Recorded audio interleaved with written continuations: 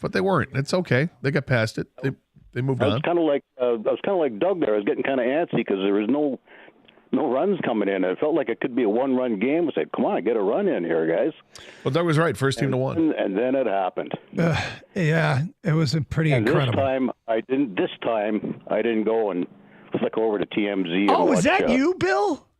This is me. Oh my God! Bill, so we got people saying that when they got nervous, they flipped to TMZ because of you.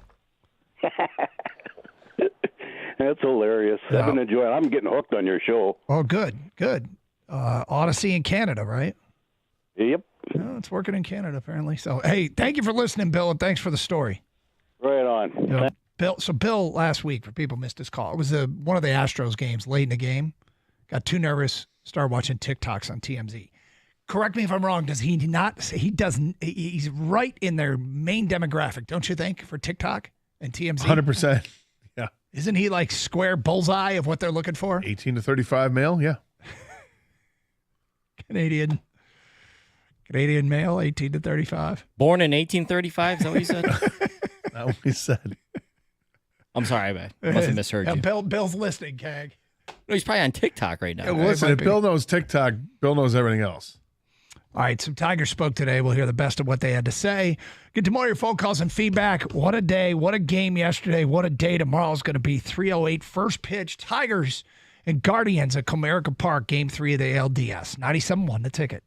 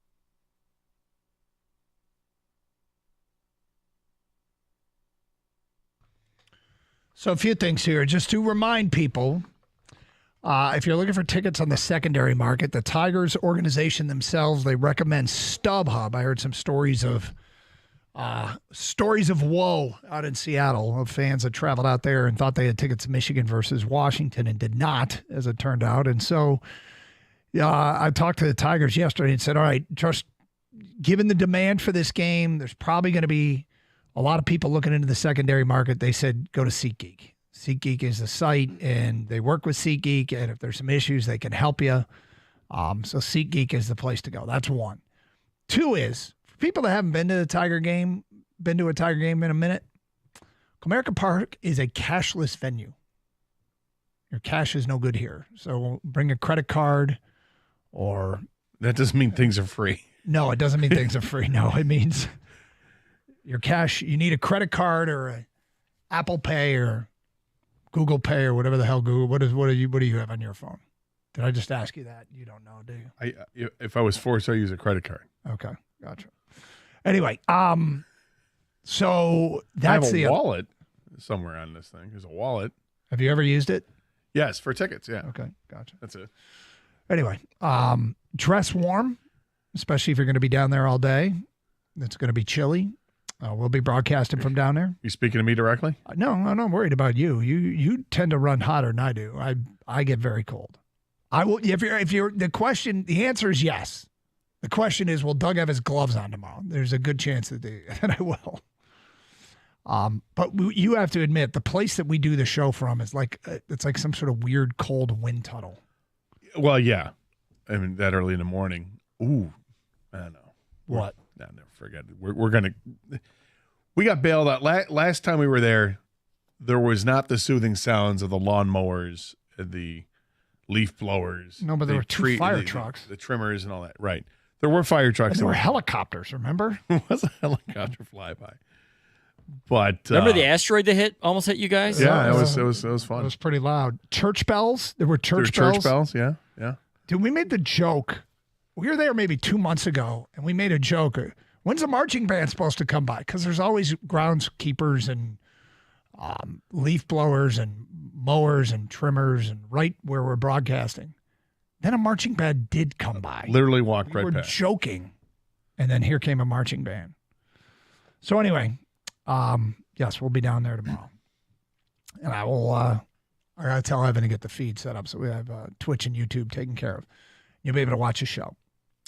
Okay, so coming up today at 1:20, AJ Hinch tells a funny story about the later innings of last night's game and what a player said to him. We'll get to that at 1:20. And also what the fans of Comerica Park can do for this baseball team in Game 3 of the American League Divisional Series, which you'll hear here on 97.1 The Ticket. Let's go to Chris, who's next on 97.1 The Ticket. Hello, Chris. Hey, Doug. Hey, Gator. How you doing? We're great, sir. How are you? Hey, listen, thanks for taking my call. You guys do a great job. Thank you. My wife gave me a hall pass yesterday so I could go down to the local establishment and watch the game. The only thing was I had to bring back dinner. So I left after the 7th inning to go pick up dinner. Was it Chinese food? You got some chow mein? I got some Mexican. Oh, there you go. Like that. Which was good. But I'm on my way home. I'm probably, I don't know, half a mile from the house, and Carpenter smacks that home run. I'm going nuts. Nobody's around me. It's just, it's like mayhem in the truck of my. That's awesome. In my truck, I should say. So, but it was great. And I've been a Tigers fan all my life. My first game was in '76. I got to see Mark DeBerg-Fidrick's pitch, and I've been hooked ever since. So. Anyway, thanks a lot, guys. Hey, no, appreciate it. And I got a question for you guys. Is there multiple meanings for the term hall pass?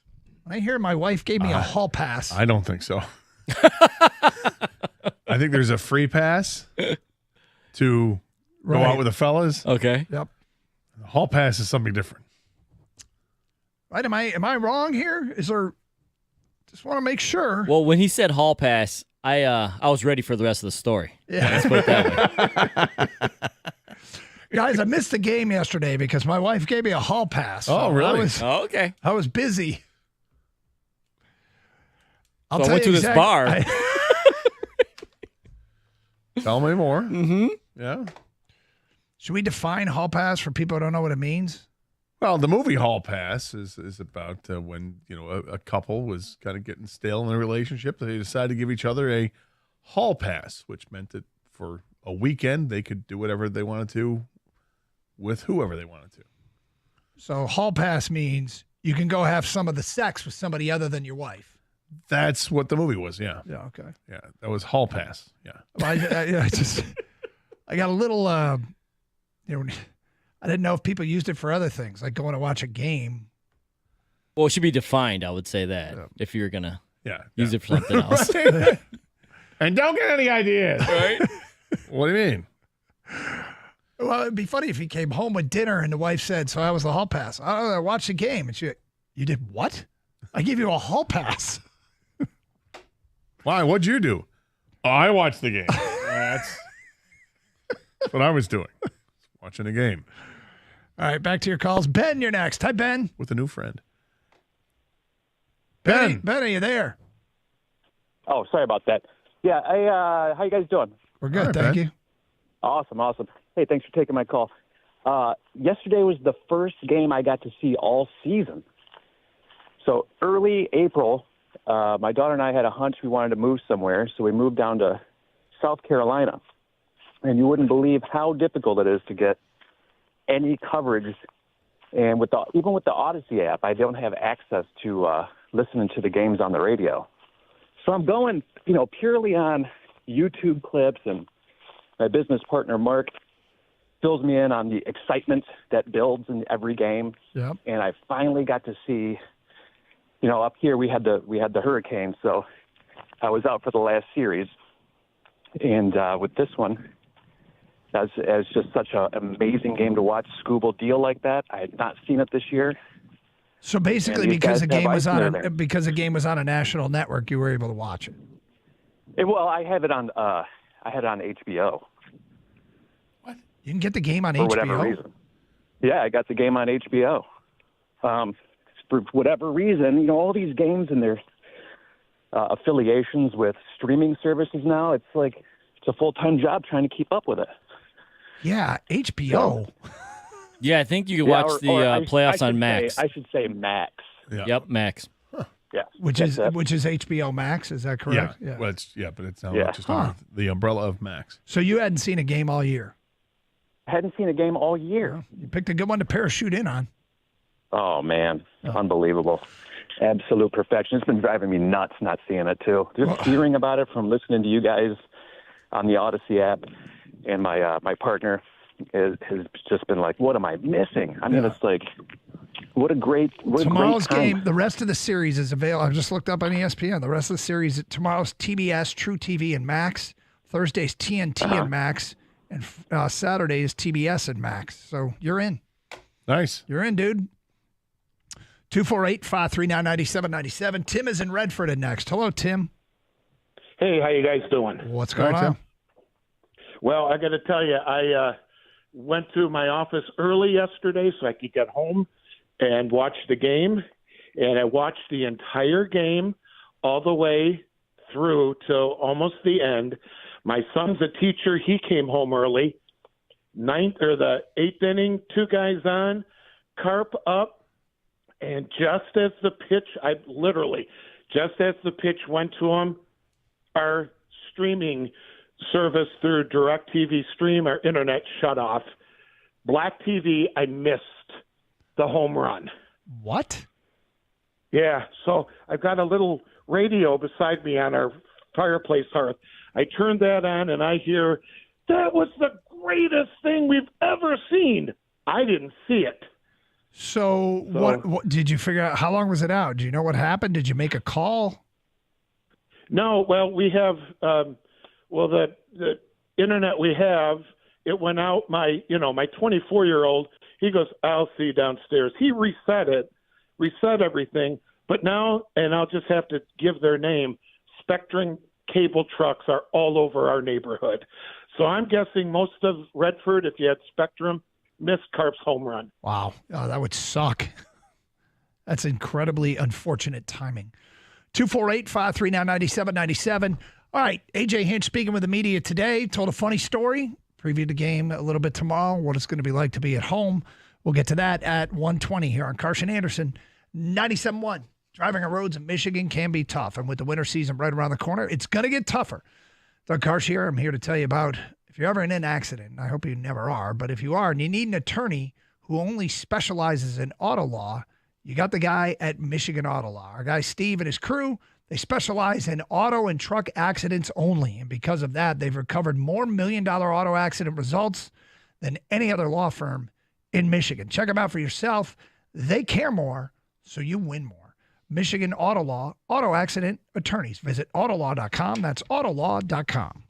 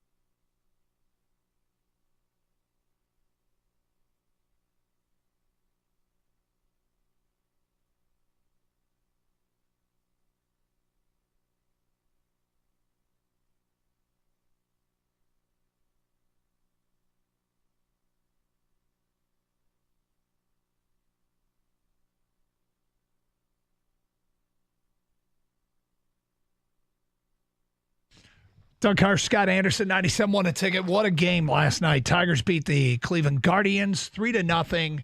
Tigers have been shut out through 17 innings in this series. And then, bam, Kerry Carpenter comes through with a 3-run tank in the ninth inning with 2 strikes off of Clase, the best closer in the game. And the Tigers get a win and now come home. And home field could be quite an advantage. We'll hear from A.J. Hinch shortly. But let's go to Mike next on 97-1 a ticket. Hello, Mike. Hey, guys. How you doing? We're great, Mike. Thank you. Listen, actually, I was at the game yesterday, nice. And I must say that that's really the first time I've been on the road and got to experience the rest of the fan base in disbelief when we won. It was incredible. You know, I would have to imagine. They got their mouths wide open. You know, it was crazy. So one of the best parts about watching it on TV, Mike, and I'll make sure we give you your time, but is when he hit the home run and they'd show shots in the stands, you would see 98 people out of 100 just standing completely still, no movement. And then this little bursts of chaos being Tiger fans all by themselves, little pockets here and there celebrating. Because it seemed like there were some Tiger fans there, but obviously dramatically outnumbered. Everybody else was devastated, and Tiger fans are going crazy. Oh yeah, it was awesome. And there was a group that had the front row behind the Tigers dugout that every time Scoble struck somebody out, they were holding up the K signs. It was awesome. It was like being at a home game. But you know, I must say that I thought a big part of that rally, and I saw Carpenter hit a similar, but not quite as dramatic home run against the Red Sox back in August, a 3-run shot when he pinch hit. So I knew the kid could do it, but I mean, you got to give props to Rogers and Sweeney, who had struck out like I think 4 out of his 6 at bats for getting on base. I mean, you're actually getting hits off the best closer in the game. Yep. And those guys, and when AJ was asked about it, I think it was the first thing he addressed in the postgame meeting with the media, and they said, you know, you just talk about Kerry Carpenter's home runs. And he almost immediately went to, well, let's talk about the 2 at-bats before it, because he doesn't even get to the plate if it's not for Jake Rogers and Trey Sweeney. And that brings us to, let's start with the Jake Rogers thing, actually, Kang. I want to invert this since we're coming out of it. Apparently, Jake Rogers got a little sarcastic in the dugout before his at-bat. Yeah. A.J. Hinch, meeting with the media today, said the following about the 9th inning and what was being said in the dugout. I'm sorry. Let's stop it. This is my fault. Is this about Jake Rogers specifically? I should have said. It's about Jake Rogers specifically. Here we go.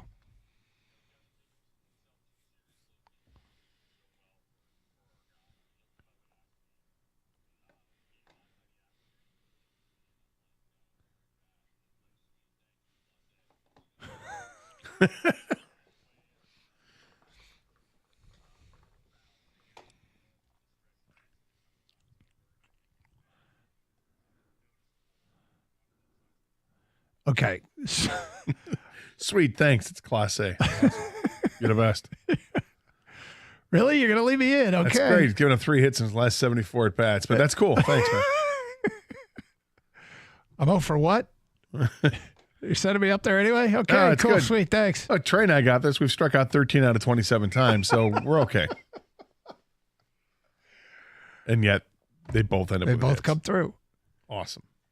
I mean, if Clase is even looking at Rogers, is he taking him seriously? He's like, "What? Who's this? This guy? This emoji. What's up with this mustache?" Right. It's cracking me up, man. And yet, I mean, the mustache is just so epically bad. And I love that story that somebody told in the clubhouse after they were celebrating when they clinched the playoffs. When I think it was Scoble said to him, "You look ridiculous." And Jake was like, "Yeah, I do." He knows how bad the look is. It's so funny. And yet, he too can surprise you and get from first to third.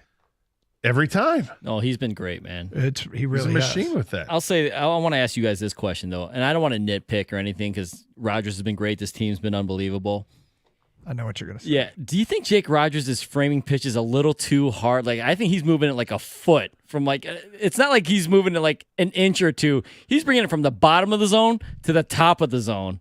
There was one yesterday. It was absolutely the bottom, and it brought all the way to and I'm the like, top. dude, don't tempt fate like that. Don't do it too much. Don't push it too far. Yeah. I think all catchers exaggerate it too much. I'm with you, Kang. I wish that they wouldn't exaggerate it so much. Like, just a little goes a long way. Exactly. So what's funny is, obviously, I coach my kids, and when kids first figure out that they can frame pitches, they're framing everything. And they think they're going to get, like, there's a pitch a foot up, and they grab it, and they put it in the strike zone. They put it back in the strike zone. It's in the dirt, and then they're putting it in the strike zone. And Come on, Blue. It's just, when kids first get, and I was told years ago by an umpire that you can get away with about a quarter turn of the glove. If you go much more than that, just a little quarter turn, if it's a little low, you just kind of quarter turn it up, or if it's outside, you corner it right. He said, but more than that, we kind of realize it. I've been fooled before, and I've noticed that it's about a quarter turn. They don't like getting fooled. No, and they don't. And they don't like being shown up either. And yet, you talk to anybody in the Tigers organization, they'll tell you Jake Rogers is elite at framing pitches. And yet, we're this close to getting the challenges with the pitches, and I can't wait for that day.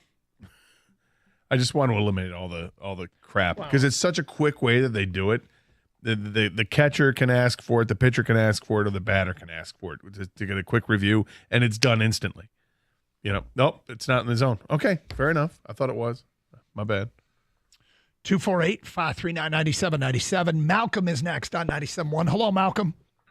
Hey, how you doing, guys? What's up, Malcolm? I'm just as blown away as everybody about the game last night. I was at work. I work at Chicken Shack on Woodward. I had the game streaming on my phone. Me and all my coworkers were kind of. What do you do? What do you do, Malcolm? I'm a fry cook. So you got your phone propped up somewhere in the back there? Yep, trying, making sure it doesn't drop into the 350-degree oil. Yeah, don't do that. Yeah, that would be bad. Yeah, but I mean, we're lucky there were no customers in the store when he hit that bomb because we were jumping up and down, just screaming. It was nuts. That's so cool. And I mean, the question I would have for, AJ is what do they have on Clase? Because those were solid at bats. I mean, Jake, Sweeney, and Carey. And Wenzel's hit, I mean, that was like he went the other way. He just lobbed it into left. It should have been a hit. I mean, against any other outfielder, it would have been. And it still might have been. If they can continue to do that through this series, I think we're going to move on. If they can figure Clase out, I think we'll be in good shape. Well, I don't know if there's any figuring him out necessarily. His track record is unbelievable. I wonder if they have any regrets of pitching him on Saturday. I can't imagine they do. He didn't throw that many pitches. And then the other thing is they say that with relievers, it's the up-downs, right? He finished out the eighth, went and sat down and had to get back up. Usually these guys don't do it. And did that take its toll? Is that what led to this? Because they did end up with 4 straight hits off him at the end, and he hadn't given up 4 hits. He hadn't given up 3 hits in a game in over a calendar year in 80, the number here somewhere, 83 appearances. If the Tigers figured something out with a tell, it's awesome. Yep. It's great. But then you still have to catch up to it because he still throws 100 miles an hour. Right? But I suppose if you know a slider's coming, I don't know if that's what happened or not, or if they just – I think in some instances it's pure guesswork anyway.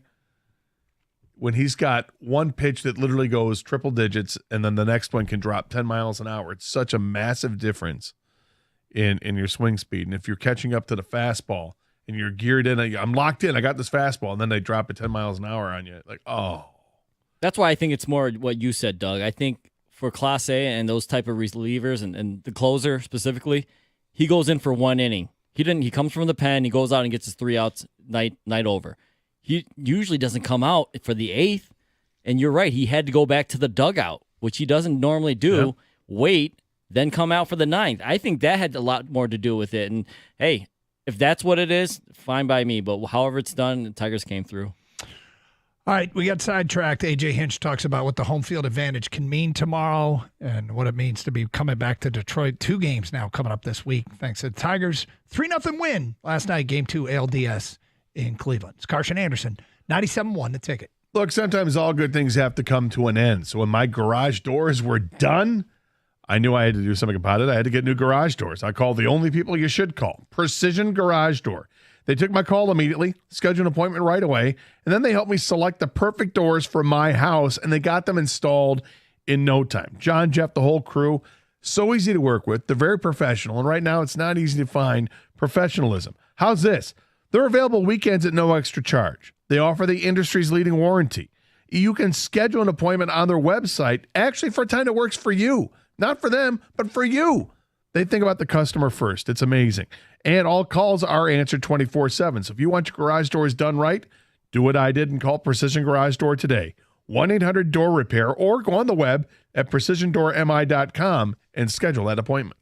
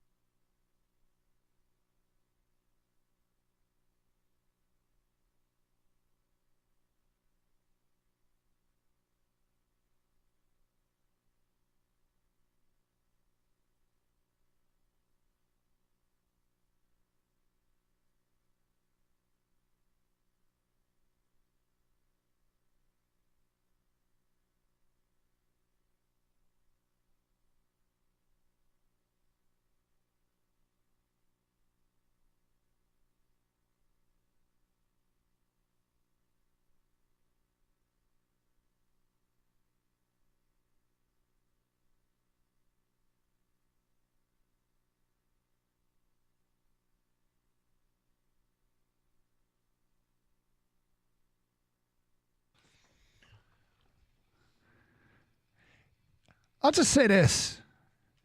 We're late in this show here, Gator. Yeah, we are. And what's becoming abundantly clear is that there were a lot of people from Detroit at the game, and I feel like we've talked to just about all of them. We have had so many calls from people that were at the game. Have you ever been to that stadium? I have never been. Been there a couple times. Is it, correct me if I'm not, is that the closest other major league stadium to us? Is it closer than like Chicago, either of those? Yeah, well, it's 2.5 hours away. Yeah, so I've never been there. I've been to both Chicago's, been to Cincinnati, Pittsburgh, Milwaukee, St. Louis. It's a great venue. Been to New Yankee Stadium, been to San Diego, been to San Francisco. I've never been to Cleveland's right over there. And It's right there. I don't know why. It's right there, Doug. It's just right there. It's because it's Ohio, probably. Well, but you've been to Cincinnati. Yeah. No, it's a great stadium. It's located right in the heart of downtown. It's kind of cool with all the tall buildings around it. It's right by the lakefront, and it's kind of similar to Detroit in a way with the location, but the stadiums are totally different. But I went there the year it opened up, and it was fantastic. It was just a fantastic experience all around. So to see the fans there and how loud and vocal they were for game one. Yep. And to see it kind of building to a crescendo last night as Scoble comes out of the game, and the fans like, oh, thank God he's gone. Here we go. We got the best bullpen in baseball. We're not worried about this. We've talked about it a little bit here. How amazing it must be to sit in that crowd, to be an opposing fan, and to see a moment like that where Kerry Carpenter hits a 3-run homer to give you the lead in the ninth inning, and how it is just deafening the silence that's going on. I don't know. Like, I'm so glad. Was it our guy Jeff who called earlier today that was with the three dudes that were the first cutaway shot of fans celebrating after Kerry Carpenter hits a home Andrew, run? Maybe? Was it Andrew? Jeff. Andrew Was Jeff Andrew? was the guy. Andrew was his buddy. Yeah, Andrew was his buddy. Yeah. Pamela? And it's sheer, like, they can't believe it. Andrew looks like when he's celebrating, he dislocates his right shoulder. Jeff turned and started walking up the stairs. I can't remember what the third dude's name was, but he's in disbelief. And the sea of people around him with blank looks on their face. It's like one of the great celebration videos I've ever seen. It's unbelievable. You want to know how to make 40,000 people seem like 20 people? Like, talk about celebrating like an intimate style, almost surrounded by people. Because it's just you and your friends, whoever you're with, the only ones jumping up and down, high-fiving, and everyone else is just, cat got your tongue. Like, you cannot say anything. It's like trouble with the snap. I'm not keen on that comparison, but yeah, I got to understand. Because those people in the stadium, that's right, you left early and missed it. You left early and missed it. No, I was in the stadium. Were you? Back was to the play. Were you? Yeah. In the stadium is in the bowl where the seats are, not outside the tunnel seeing it on a screen. In the stadium is in the stadium. I didn't walk out any gates. I had just gotten to the top of the stairs. From what I understand, it doesn't count. Anyway. Well, here's what did count. As I'm walking out through the sea of people and nobody's saying a word except for the Spartan fans that eyeball each other and raise their fist up in the air, but nobody was like yelling. They're just like, hey. But that's kind of, it has to be the same type of thing. I mean, I wish for us to be there would have been amazing, right? Oh, yeah. What an event. 248-539-9797. All right, so can Comerica Park, what's it going to be like to have a game here tomorrow and Thursday now? Here is A.J. Hinch earlier today.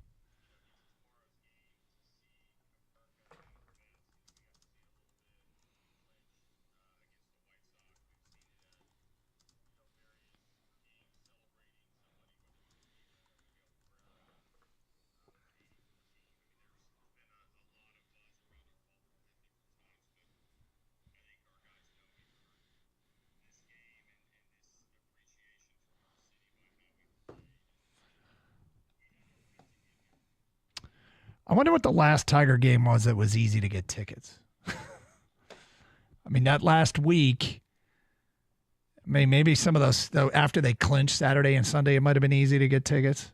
What, for the White Sox? Yeah. They had well over 30,000 people there. I know, but I'm saying, was it easy to get tickets on the secondary market? Did people not as thrilled once they clinched? I think the week prior, that was probably easy Yeah. to get tickets. Well, suffice to say, it's very, very cool, very, very exciting for all of us, and looking forward to being down there tomorrow. And I know it's going to be just crazy. Let's go to Tom. You're next on 97.1 The Ticket. Hi, Tom. Hey, guys. How you doing? Can you hear me all right? We got you. Okay. Listen, first of all, I just want to say you guys got a great show. Oh, thank you very much. I probably I'll be 60 years old in November, and I just wanted to say thanks so much to my wife and my kids. They went and got me tickets to go to this game on Thursday. So anyways, this was on Sunday that they let me know this, and I'm like, okay, that's, I appreciate it, and watching yesterday's game was incredible. Watching this game, I left work probably around 5, listening to you guys till I got home. I get home, and I'm shuffling around to try to find this game on the TV, and I couldn't get to the station fast enough. Finally, I turn you guys on the radio so I can at least follow what's going on. I finally find it on, I think it's TBS, whatever it was, and I'm watching the game, whatever the case may be. Yep. A couple innings go by. My wife's going to go take our dogs for a walk, and this is 8th inning, whatever it is. So I saw the hit from, I think it's Wenzel, Perez, whatever the case may be, and then they had, possibly overturned. I'm like, man, we would have scored 2 runs there. Bottom line, we go to the 9th inning, and I see both hits, and I see Kerry Carpenter, whom I love, and I see him hit this home run. And I'm telling you, as I'm telling you now, I'm getting tears in my eyes. I'm like, it's a baseball game, but I just love this team. This team is incredible. And I've watched probably 90% of these games. It's just weird for me. And it made this Thursday game that they got tickets to so much more. It's just so much better because, didn't know if we had a win. We had a win. It's like you guys were talking to, If we won, I said the other day, if we won that game in Cleveland, that's it. We're going to bring this home. And we won. And are you going to the game with? On our side. Are you going to the game with the wife and kids, or are you just? My one son and me. That's it. Okay, so father-son trip. My kid, this is David, Michael, and my wife Mary. So, well, enjoy. It's we will. Thanks, you guys. I love your show, and that was exciting. It's one of the best games I've ever seen. Well, the crazy thing is, everything that's going on now, it's not unusual. There's postseason baseball drama every year. And every year, there's heroes that hit dramatic home runs in the postseason. We haven't been in the dance for a decade. It's been a decade of watching everybody else. Right. And the last time the Tigers went to the postseason, 2014, baseball was pretty damn popular in Detroit.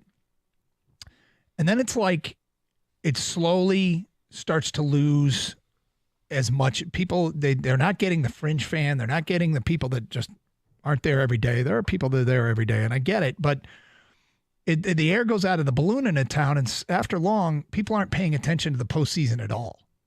Like they're like, yeah, well, we haven't been paying attention to baseball all year. Why am I going to hop in and watch the Phillies play the Mets? Who cares? And now we're really kind of out of left field. Suddenly, it's like hitting a bit of a sports lottery. It really is. We didn't even know we had a ticket. And our lottery ticket has come home, and we've made it to this. We've made it here, and a total unexpected injection of life into a sport that was dormant in Detroit. So my man getting emotional, he's not the first one that's called today and done that. No. Because it's not just a typical postseason run. It's a postseason run that was so unexpected. And we're kind of getting reintroduced to the postseason.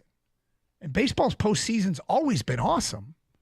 We just don't care to watch because we stopped paying attention to our team mid-season so many times because they faded. And this group, kind of reinvigorated this town. It's just so unlikely with the team that was assembled before the season that was going to be a team that's competing in the playoffs. It was so unlikely. Mm-hmm. And when you look at the difference between the roster in April compared to the roster in August, it's, again, night and day difference. And to see that team has somehow figured a way to play together with fundamentally sound baseball, to play great defensively, to pitch great, despite only having a 2-man rotation for the last 2 months of the season.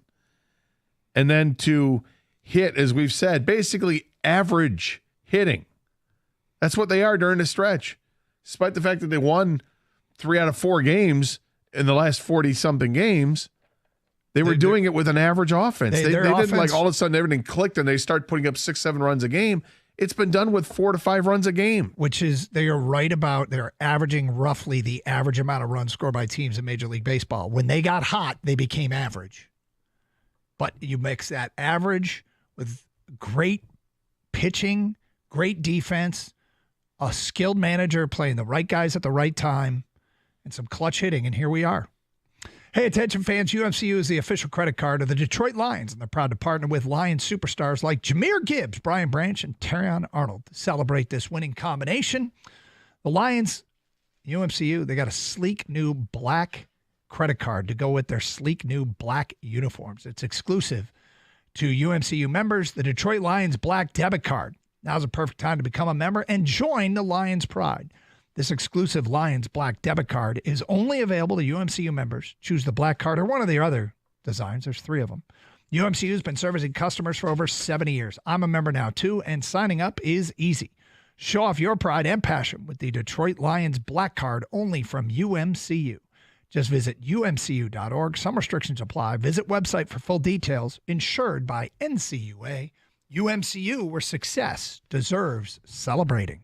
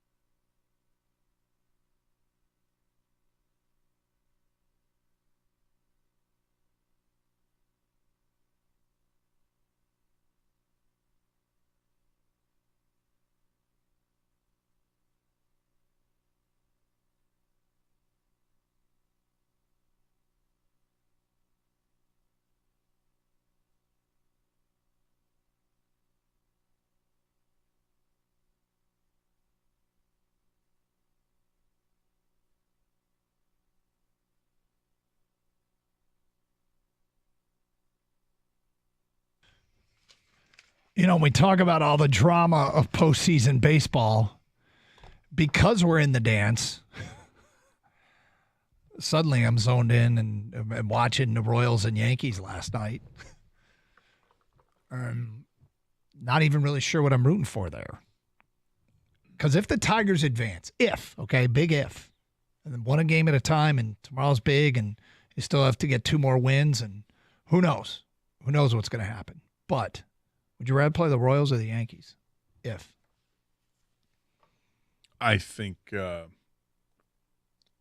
any team would rather play the Royals than the Yankees. I don't have a hatred for the Royals. And I can't stand the Yankees. Well, I agree with you there. And I would, the Tigers haven't beat the Yankees very much in the postseason except the last 3 times they've played them, which may be the only 3 times the Tigers and Yankees have ever played in the postseason. Is that possible? Yeah, I think it is because they were in the same division. Correct. Yeah, for so long.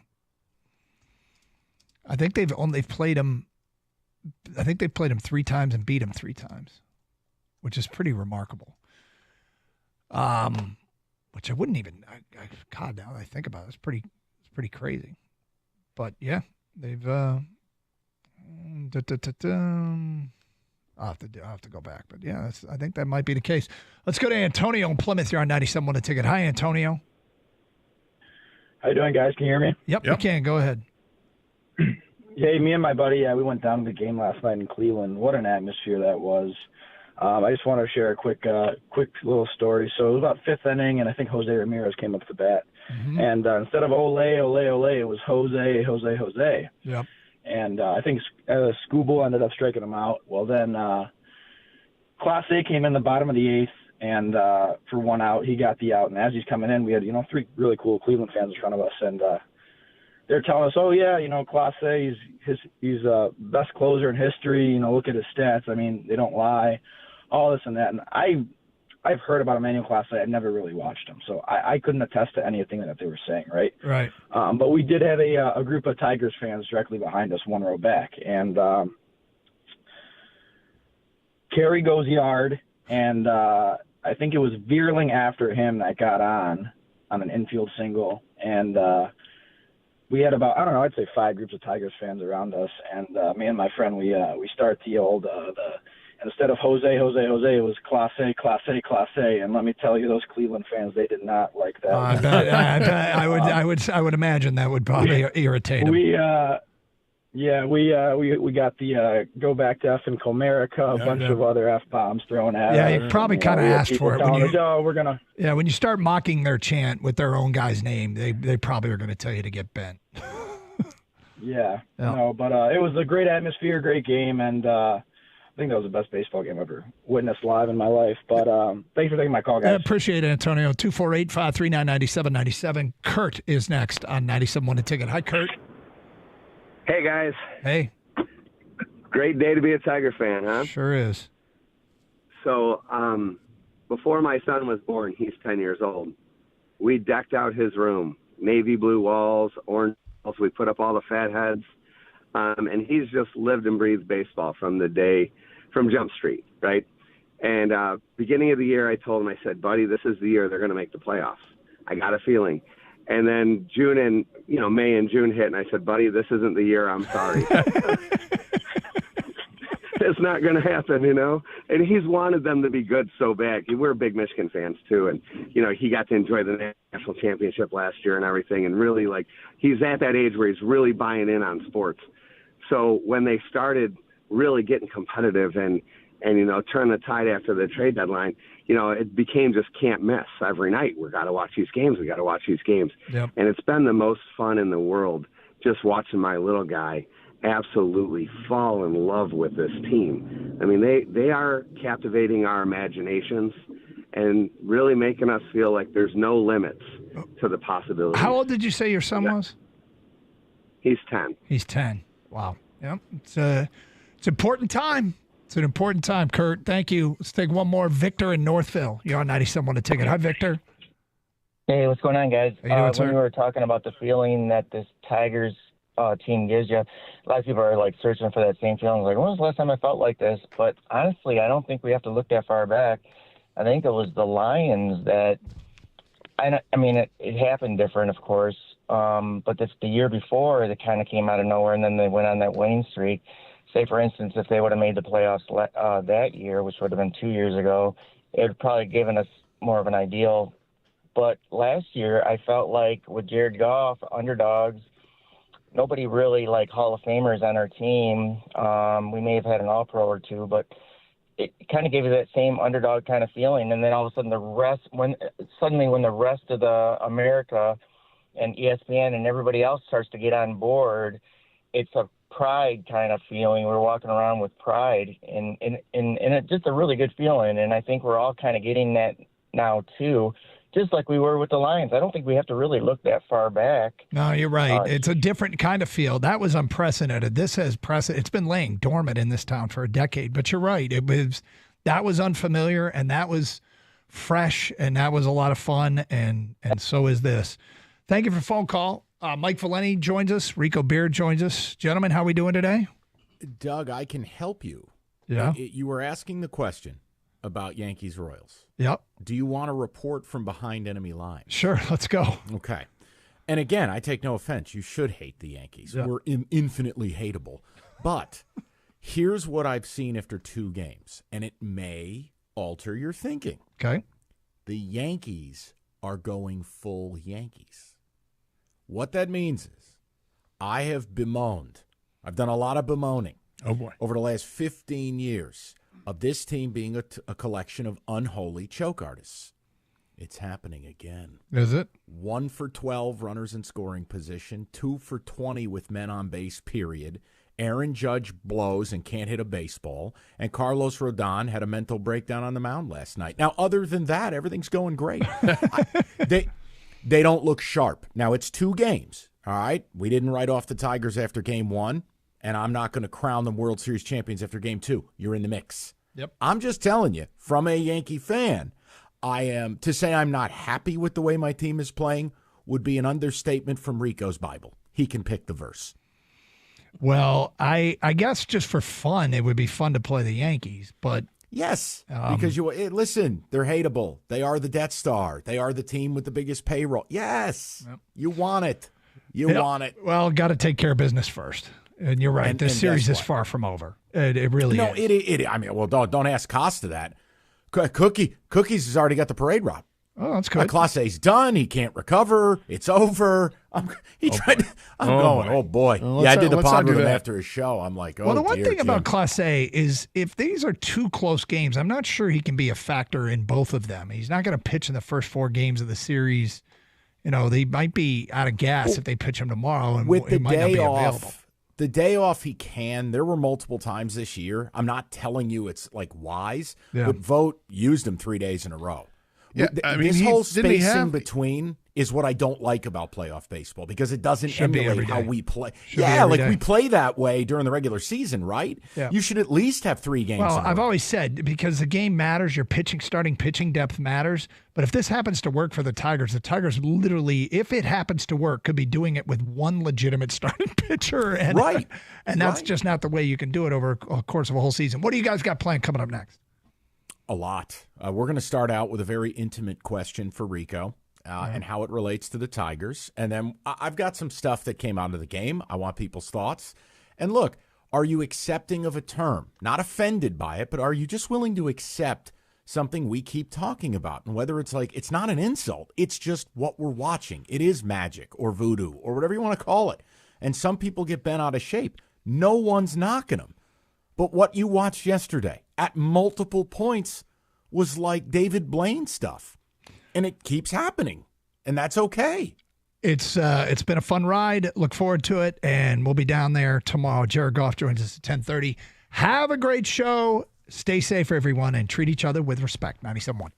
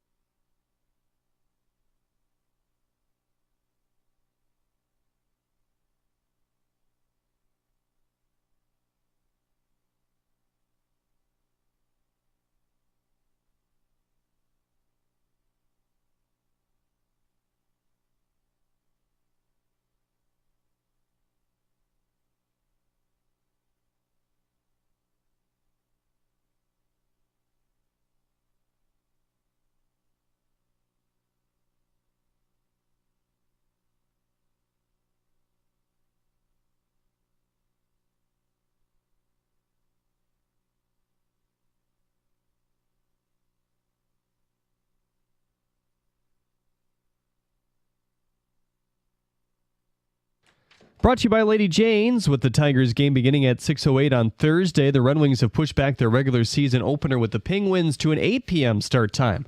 As focus shifts to Game 3 in Detroit, the Tigers are figuring out their pitching plans. Reese Olson was used as the long man in Game 1, while Tarek Scoble started yesterday. Those are the only two arms that have been ruled out for tomorrow's game. Guardians manager Stephen Vogt is not second-guessing any decisions yesterday.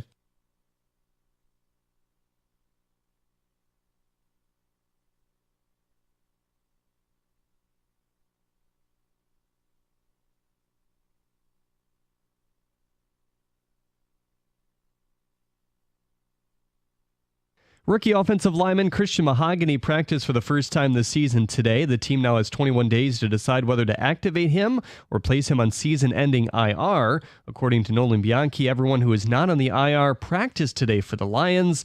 Lions Review airs tonight right here on 97.1 The Ticket at 5:35. The Vikings have a bye week this week. Running back Aaron Jones has now been classified as week-to-week with a hip. At the Corwell Health Sports Desk, I'm Jeremy Otto. He has a hip? He does, yeah. Okay. He has 3, I guess, yeah. At the Corwell Health Sports Desk, I'm Jeremy Otto. For more, go to 97.1 The Ticket or Odyssey.com.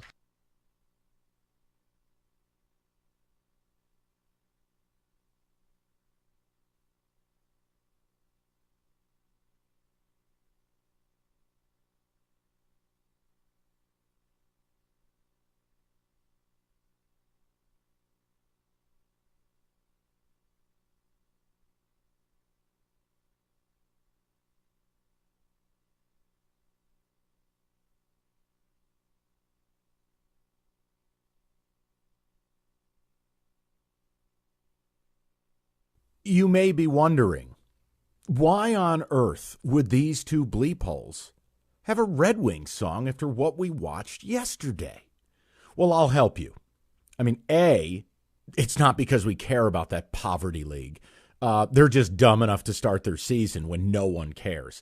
But it's because I can't play for you Dan Dickerson's call. I can't play it. Now, I can try, but I mean, I don't know what the hell was going on with the soundboard. It's Rico, you've heard it. I want to play Double D's call 100 times today.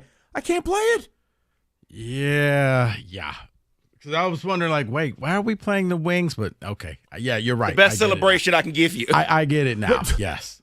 I mean, it's fellas, here's what I can do. If you want to know, I am happy to play this, but I'm warning you, you're going to have to turn your speakers down, whether you're listening in earbuds, whether you're in your car. And it's not about Dan. It's that it's just overmodulated. Do you want to play it one time for the people? Here we go. Just understand, you cannot have your volume very high or your speakers are going to explode because Dan's headset exploded. So I don't know what happened. It was a soundboard issue, overmodulation. I'll play this once, but we can't do it 50 times today. David, you got it queued? Here we go. Hit it.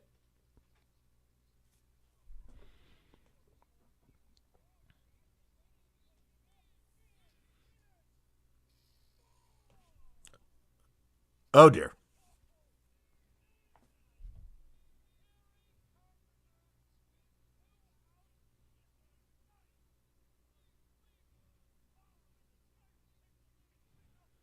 Okay. So, again, I mean, it's good. I would love to, but it's overmodulated. And we probably could play it a few more times. It's not that all bad. Right, top of every hour. Fair? Okay. Yeah. Okay, that works. Now, I have a question for you, and it's in relation to what we watched yesterday. Are you ready, Rico? I am ready. I'm always ready when I see the question on the sheet with nothing about cited, but trust me. That's right. Now, it's an intimate question, and I'm going to land the plane rather quickly. But Rico, you strike me as someone like, are you a bath guy? Like, do you like your little bubble baths listening to Sade? Are you like quiet time with Rico? You light a few candles. Are you a bath guy? No, I am not a bath guy. Well, you better get started because we are bathing in luxury right now. Okay. Think about this as a city. And if I'm overstating it, cool, you can call me out.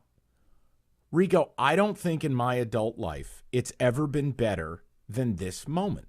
And what I mean by that is no one cares about the Pistons or Red Wings. Nobody. The only time we care is if they're contending for a title, and you'll get the casuals, you'll get the car flags, but no one really cares. This is still a Tigers and Lions town, and football takes up 90% of the oxygen. The Lions are a Super Bowl contender, and the Tigers are the living embodiment of a magical journey in real time, and they are a real threat to make a real run in the playoffs. We are, in essence, bathing in luxury right now. Has it ever been better in your mind after 10 years of nothing but depression? You know, we were actually having this conversation the other day, Mike, between me, David, and Kenny, trying to figure out, has this ever happened before? I think the closest, but it was when the Wings and the Pistons were at the top of their gang, and they were alternating winning the Stanley Cup and the NBA Finals. They were actually winning titles. There were parades in downtown Detroit. Yeah, the early 2000s, yeah. But here's your problem. Top it. Both football and baseball were complete vomit. Mm-hmm. I think if your football and baseball team are bad, nothing else matters. This isn't Toronto. You know what I mean? This is, the Wings are a plaything. The Pistons, that's cute. No one cares. So I just, when you watched yesterday, and I want to get into the game, but I wanted to ask people that question. As you sit here right now, you've waited so long. The Tigers have put you through 10 years of absolute pain. The Lions have put you through the better part of 60. If we're being fair with the Tigers, you had a couple nice years from 06 to about 2013, but that was a lot of frustration, a lot of angst, a lot of disappointment. Let's be fair. There is no disappointment with the Tigers, no matter what happens point forward. Not for me, there's not. And with the Lions, they now take the role, Rico, of being the ones burdened with expectation. Like, this is as good as it gets right here. Because you get the innocence of the Tigers and then the expectation of your football team. It's like the perfect blend. No, Mike, I get where you're coming from. And as we stated, we were trying to figure out, was it a time that all four teams made the playoffs in Detroit? We couldn't come up with a time that it happened before. No. It was three, but then I think that the Tigers didn't make the playoffs. They had a winning record, but they didn't make the playoffs. I think it was 91. Other than that, I get what you're saying. I'm still going to go with 20 years ago because those teams, though you deem them somewhat irrelevant, they won the whole thing. They won the title. You got to see parades in downtown Detroit, and that's what Detroiters wanted. Yes. Now, if the Lions win the Super Bowl, man, it's going to be a party like never before. But they haven't done that yet. They're fun to watch. They're entertaining. You chant Jared Goff. The Lions, it's a free square. No matter, as you said, no matter what you do. Hey, man, nobody expected this. Absolutely no one. It's fun. It's entertaining. And the fact that, you know what, it's in the fall. Yes, that's it. I would probably say it's the second best time that I've seen in my lifetime here in the city of Detroit is right here, right now. I'd like to hear from the people on it. And we're gonna get into the game. We got a couple of things for you. I also want to know why a certain word has become taboo for many of you, that you take it as an insult or some demeaning, backhanded comment. It's not, but what you are watching is magic. You can run from it. You can get upset by it. That's on you. But when you're doing 2-out rallies against the best closer in the game, when the guy gives up his first homer of the year to a lefty, to you, and the first home run on a slider since 2022, it's magic. When you get made-to-order double plays, magic. When you have 11 strikeouts and no walks in a baseball game, magical. Dominance by Scoble. And I've got a couple of things for him. But, guys, it's okay to say what we're watching is magical. It is never to be duplicated.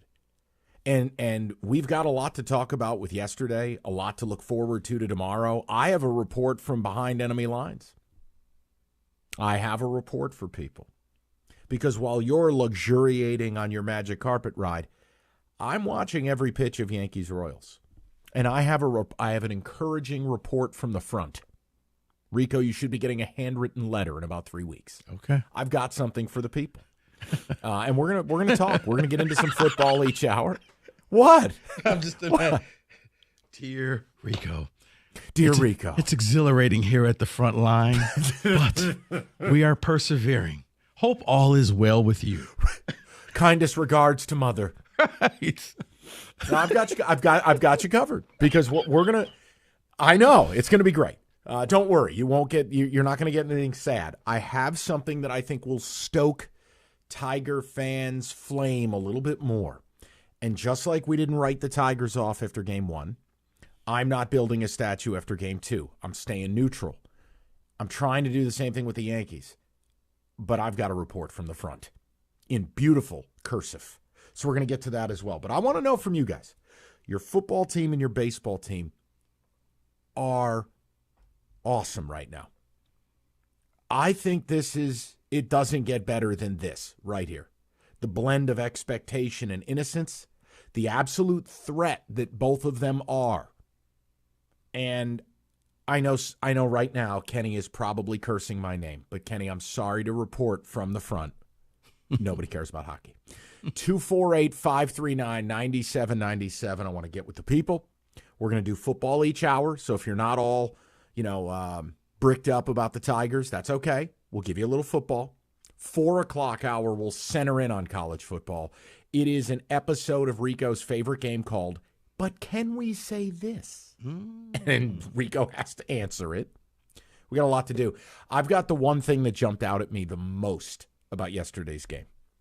We're going to do that next as well. Okay? Does that work for everybody? It works. All right. Good talk. Kenny, nobody cares about your sport. Hey, you've heard me talk about David Femininio for a long time, right? Well, it's simple. Because David delivers. Look at the results he's gotten as injured clients. $3.5 million, $5 million. How about $11.5 million? And you need an attorney when you're injured. You can actually get on the phone. Call David right now. 855-65-CRASH. Or go to that website. GetDavid.GetPaid.com.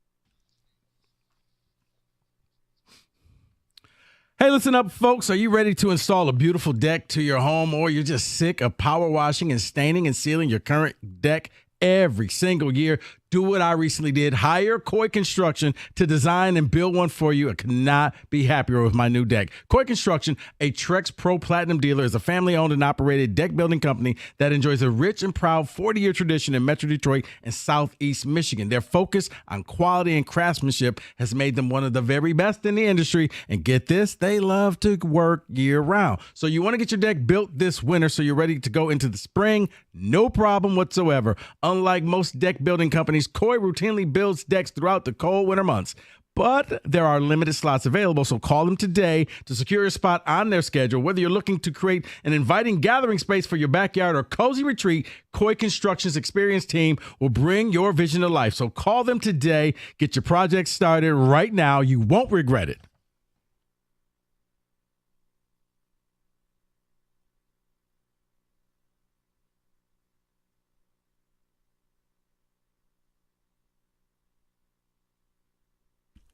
All right, so Rico, I wanted to ask you this. As far as the game went yesterday, the thing that jumped out at me most, the thing that impressed me the most, and this is nerdy, so I apologize in advance, but it wasn't just Scoble. Like the laziest thing is, oh man, Scoble was great. Right, but why was he great?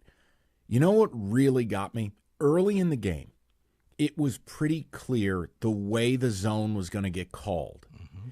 He had the first couple fastballs low in the zone and quote unquote out of the strike zone, the 3 to 6 inches, and he was getting the call.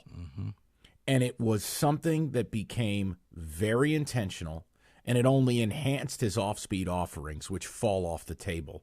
But it was the mark of a guy who goes from throwing to pitching. Right? It just reminded me so much of a Scherzer, a Verlander, that vintage Tiger arm where, okay, in real time, and this is a credit to Jake Rogers, right? And I look, Rogers just never going to be a hitter, although he had a single. But when you have that battery of catcher and pitcher, and the pitcher, A, has the skills this kid has, but B, in real time, that's the beauty of baseball.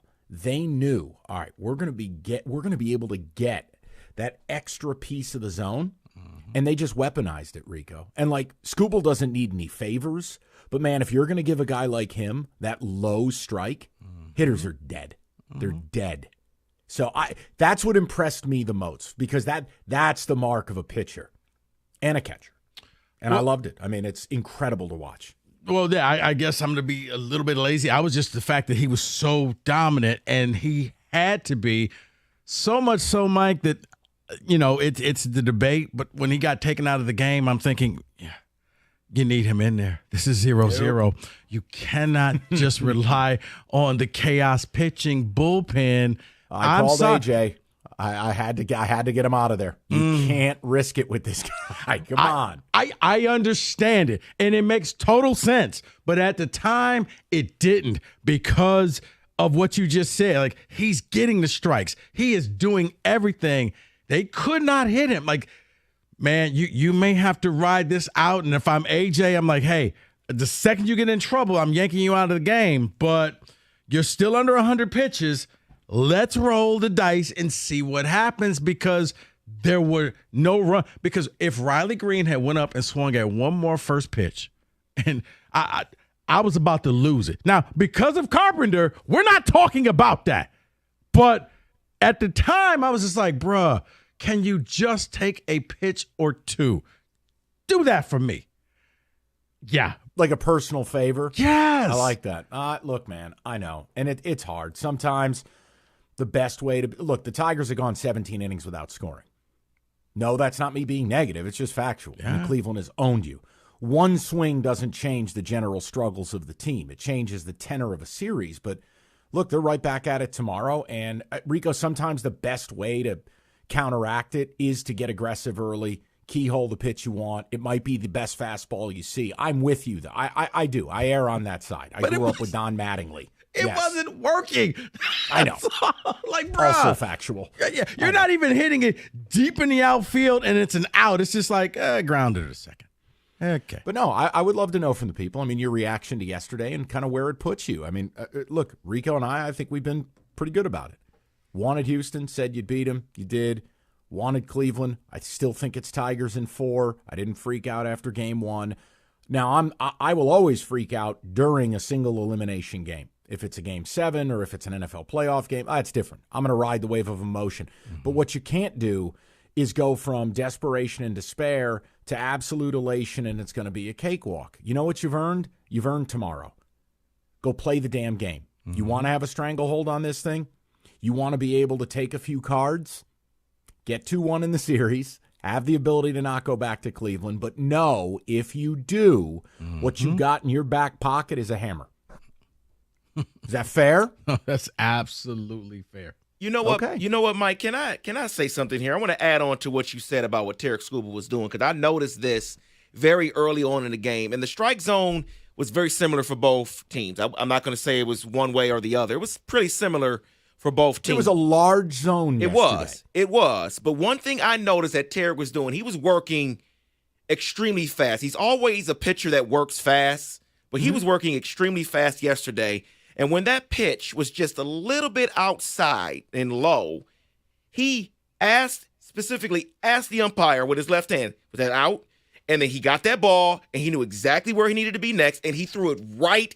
The next pitch was just a little bit over to the right, low, and he got the strike. So he was very aware of where he needed to be. You know how people and pitchers and catchers may dwell on, oh, that should have been called a strike. He didn't dwell. Well, where's it at? Okay, cool. Now I know where I need to be, and he was there. Yeah. And it was dominating. Now, the only difference between him and a Scherzer or him and a Verlander is this guy, he's not going to go 9 innings. And certainly not a year after pitching 85 innings. Yes, I know. He's already well over 200. He's just not going to do that. The game's different now. I understand that. I know what you want. You want the old 1992, he's throwing 138 pitches. I know what you want. No. It wasn't that, Michael. It was if the Tigers had a 1-0 lead, okay, go ahead and take them out. But it was 0-0, meaning whoever got the first break was winning the game. And as the innings got closer and closer, and it's almost Class A time. Yeah. Okay, you know what? I know this goes against better judgment, but I'm going to keep you out there because we got to keep this thing at 0-0 until we catch the break. Now, the funny thing was, what are the odds? And as I'm talking to somebody, I didn't even get it out of my mouth of saying, what are the odds that Carpenter hits one over the fence against Clock? Wow. You know what was interesting there too? I mean, I know. No, but here's the thing, right? Like you notice little things. Right before, Bo Naylor with his glove was motioning down. Do not miss high. Do not miss middle. And not only had Clase thrown back-to-back sliders, to triple down and go with that again and miss up in the zone, you're dead. Yeah. You're dead. That's the first homer off a slider he's given up in 2 years. Seriously. First homer of any kind against a lefty on any pitch this season. It's magical. Yeah, it really is. My biggest goal is to get you in a Kerry Carpenter headband. You know what? Now, I don't know where we purchased those. That Sherbert-colored headband he wears. How do we get one of those for Kenny? Brother, I'm sure you could probably find those anywhere. Now, there's somebody at a gas station selling them. Trust me. I think slick back Kenny hair? No, headband Kenny. That's what we need. We need the Kerry Carpenter headwear. But David, what do Ticket Text have to say? I mean, obviously, your reaction to yesterday's game, and then, the here and now in this city between the football team and the baseball team, never been better in my lifetime. Greatest time in Detroit right now. Lions and Tigers are on title paths. Wings were on the cusp. Pistons no longer eating paint chips and looking functional. I don't know if they're functional. I don't know if they're functional. They were getting blown out the other night in the preseason. Just give them a chance. They'll show you their ass. Don't worry. Yeah, they're getting the benefit of the bump because basically everybody else is doing well. We're just going to assume you're going to do well. The tide came in and all the boats rise. I think the Wings have been so bad for so long, but if the Wings are a playoff team, you'll see this still being Hockey Town. Okay. Right, but understand, the percentage of people who love hockey They are proud and they are loud and they are like 4% of the population. I was going to say 2, but okay. Okay. I mean, just call it what it is, man. Dearest Ticket, in the midst of trials and tribulations of a dreary August, a spark ignited our once dormant hearts and let these gritty tides to the forefront of our hearts. That is from Tom. That's right. I have a message from the front. Don't worry. I want to make you guys feel really good today. It's a beautiful fall day. Everything is right with the world, right? Mm-hmm. The Lions are good and rested. The Tigers' electricity continues. Michigan blows. Everything's right with the world. Whoa, what? Hey, what are you talking about here? That's not the right part of the world here. What are you talking about? I apologize. Oh, and Connor Stallions came out and gave up more information that nobody asked for. Oops. I mean, listen, there's no schematic advantage. They won 60-0. I need Connor to just shut up, man. Oh, by the way, yeah, we gave the Michigan State game plans to Ohio State because we needed Ohio State to beat them. So, yeah. But I thought he didn't have any plans. You know, the only response I have to it is spelled M-O-A-R. More. Keep going. Right. All right. I'm going to get with the people. We'll do it next. We got a lot to cover today. And, yes, a taste of football each hour to balance this thing out. But reaction to yesterday's game, your confidence level, is this the best time? And again, if something stood out to you yesterday and you don't want to be as nerdy as I am, that's fine too. Also, if you know where to buy Kerry Carpenter's headband, I want to get them for the crew. Very exciting. Northville Lumber, we talk about them all the time. Oldest company in the state, largest Trex decking outlet in America. Nobody stocks or sells more Trex than Northville. And last year, contractors, homeowners, bought enough Trex from Northville to cover 26 football fields. They got you covered. Now, on a beautiful afternoon like this, you can be listening to your favorite radio show on your deck. All you need to do is go to Northville Lumber. They'll sell it to you, some of it as low as $1.59 a foot. And whether you're a builder or do-it-yourselfer, they'll get you a Trex Certified Pro. It'll be there when you need it. So call Northville Lumber today or go to northvillelumber.com. That's northvillelumber.com.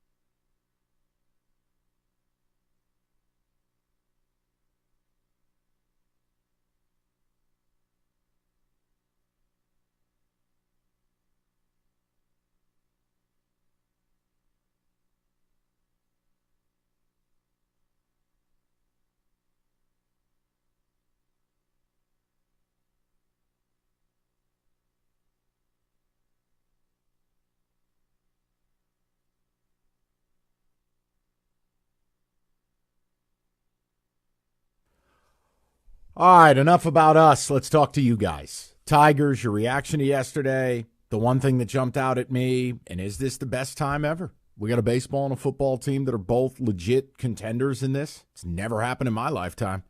And it's sunny and 60. It doesn't really get better. Let's go to Victor to bat leadoff today, 97.1. Vic, what's going on, buddy? How you guys doing? Good, Victor. What's going on? Mike. How are you, Mike? How are you feeling with the playoffs? Which part, the Tiger side or the Yankee side? I mean, our part. I mean, the hometown part, we can talk about that next. But, I mean, from Yankee fan to Yankee fan, I mean, you already laid it out. All right. But we're hurt. But I want to make the point of why you're right that this is magic. And this is not a slide towards the Tigers, because to have magic in baseball postseason, it takes two parts. And it can't exist without those two parts existing. Part one, your team has to play the best brand of baseball that they're going to be playing all year around. They have to do it in October. That's part one. Part two that you eloquently laid out earlier before commercial break was all of the things that you cannot control just so happen to sway slightly in your favor. That also has to happen, and that's how you get magic. And that is what the Tigers are having, and the Yankees are getting the exact opposite. We have been eating this 15-year-long curse of us killing it for 162 years at the plate, but our bats disappear in October. Oh, yeah. I mean, Victor, the report from the front, I can address it. Rico, you want it. I'm not going to talk like a Civil War, person sending a letter. It's simple. Oh, man, we were going to have music and everything for you, but go ahead. Okay. All right. Look, it is what Victor is saying. Now, it's 2 games. Can all turn around. But this is where I'm different, and it's why I get so annoyed when people turn into like shills and homers. I don't do it with my own team. I ain't going to tolerate you doing it with yours. The Yankees are going full Yankee right now. 2 games in against the Royals. Here's the report from the front. Dearest mother, R.L. Beard.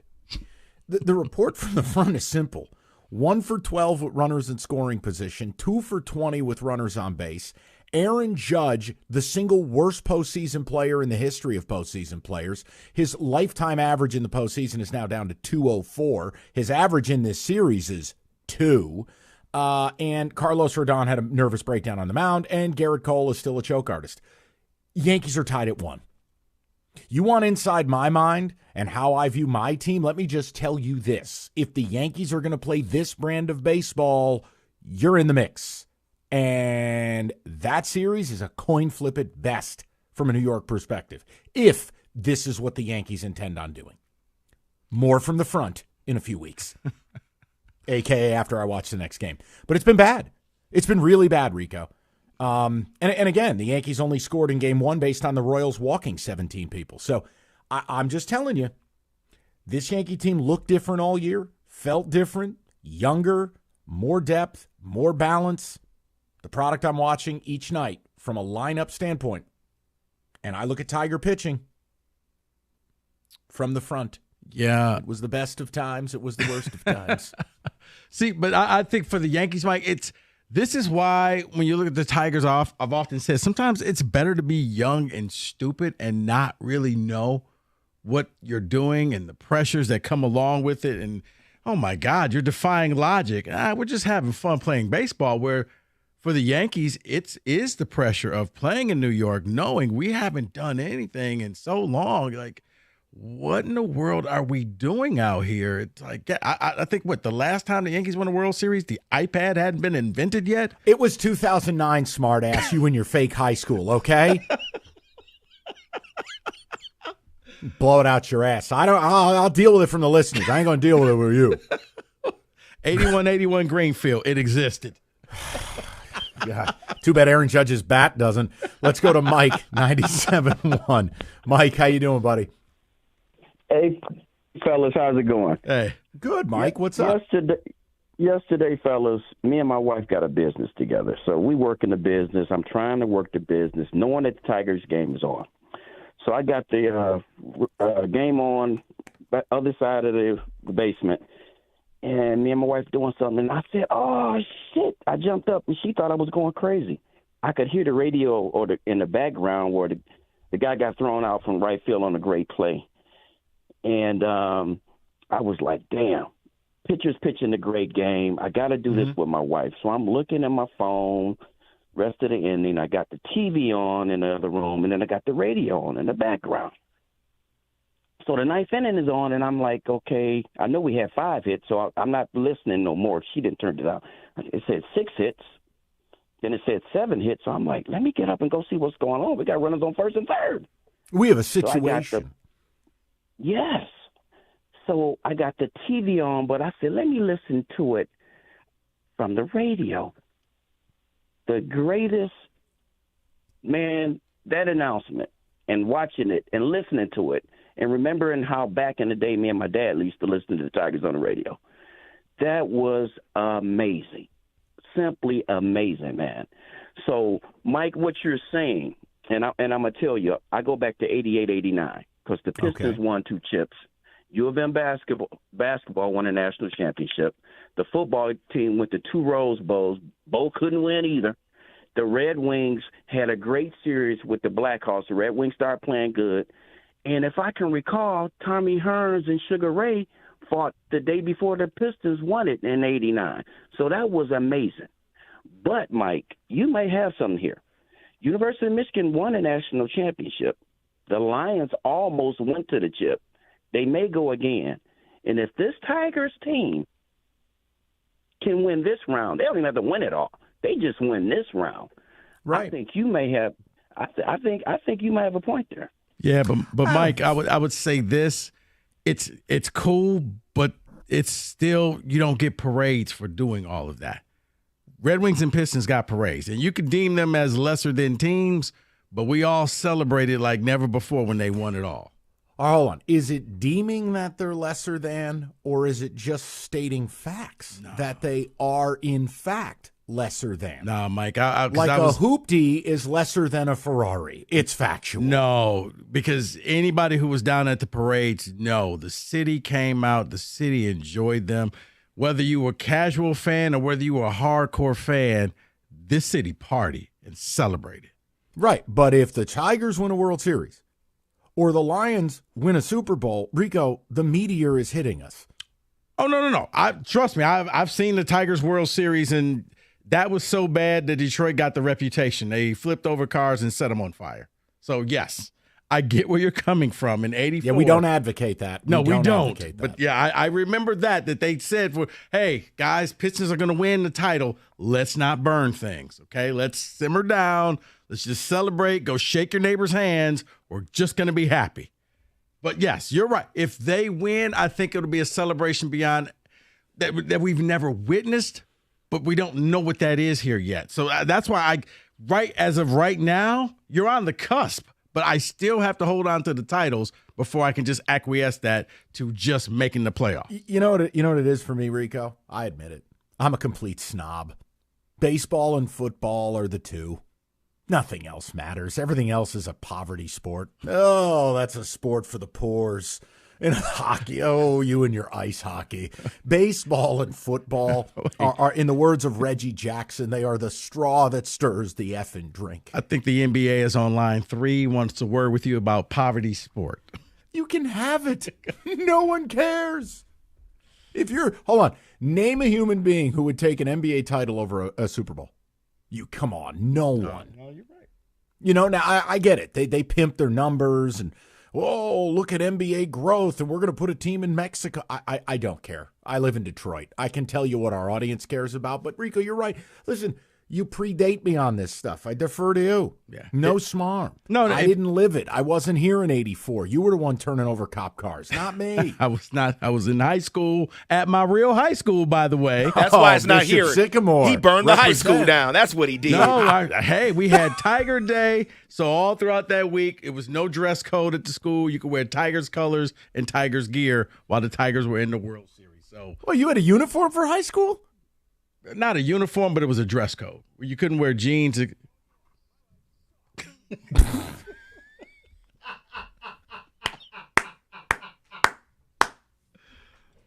So no jeans, and you had to have a collared shirt. So okay then.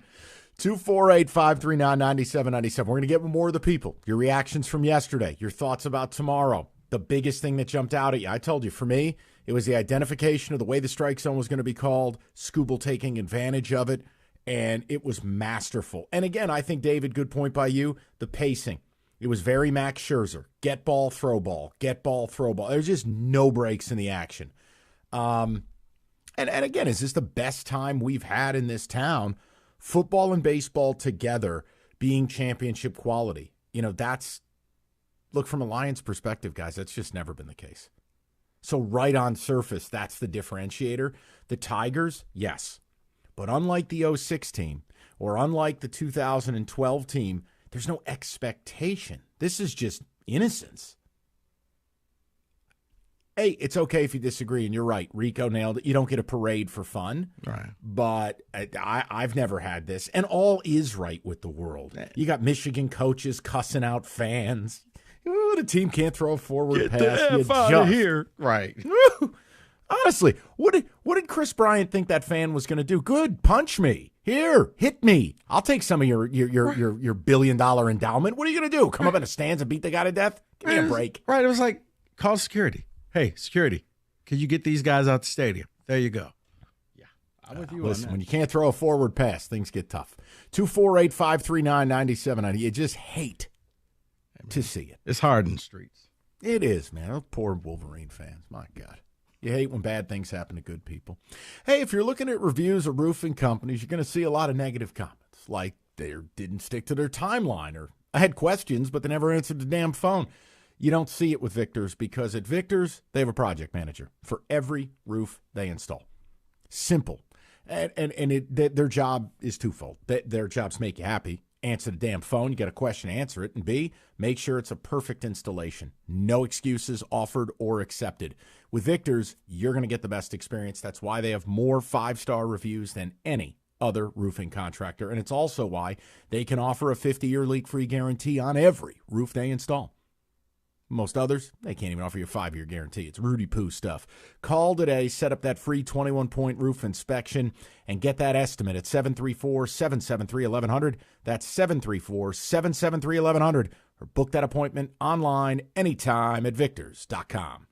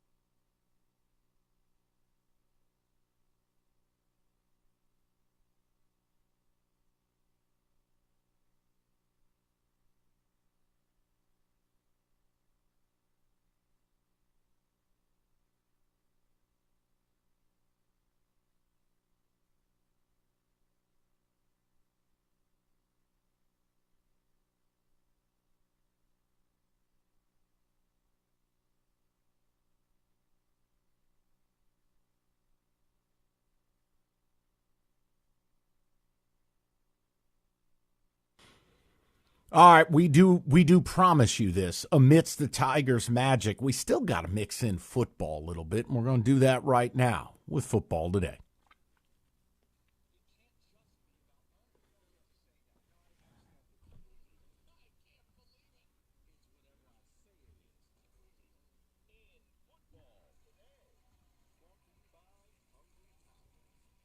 Well. It's been an interesting day in the NFL.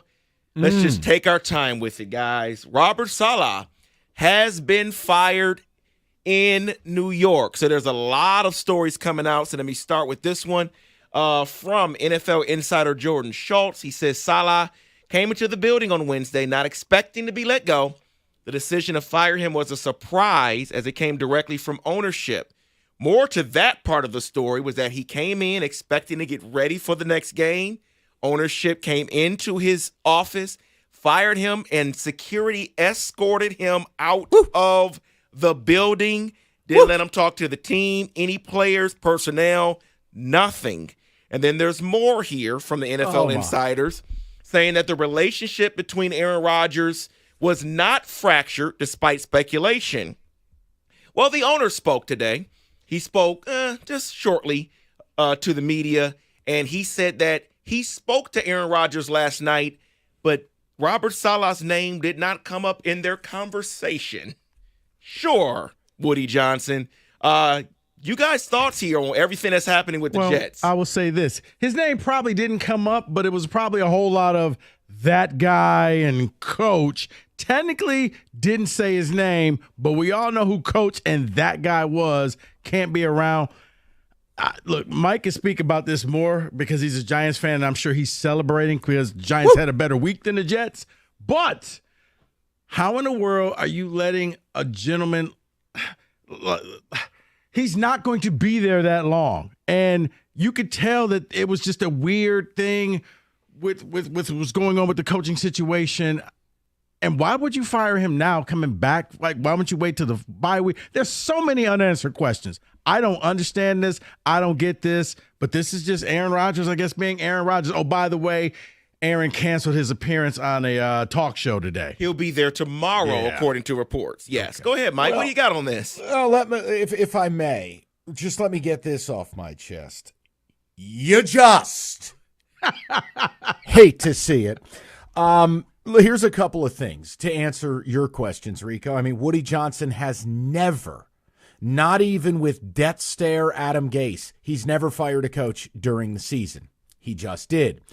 The most points the Jets gave up this season, 23 this past week. One problem, Aaron Rodgers threw a pick six, so 16 points is the most that defense really was responsible for.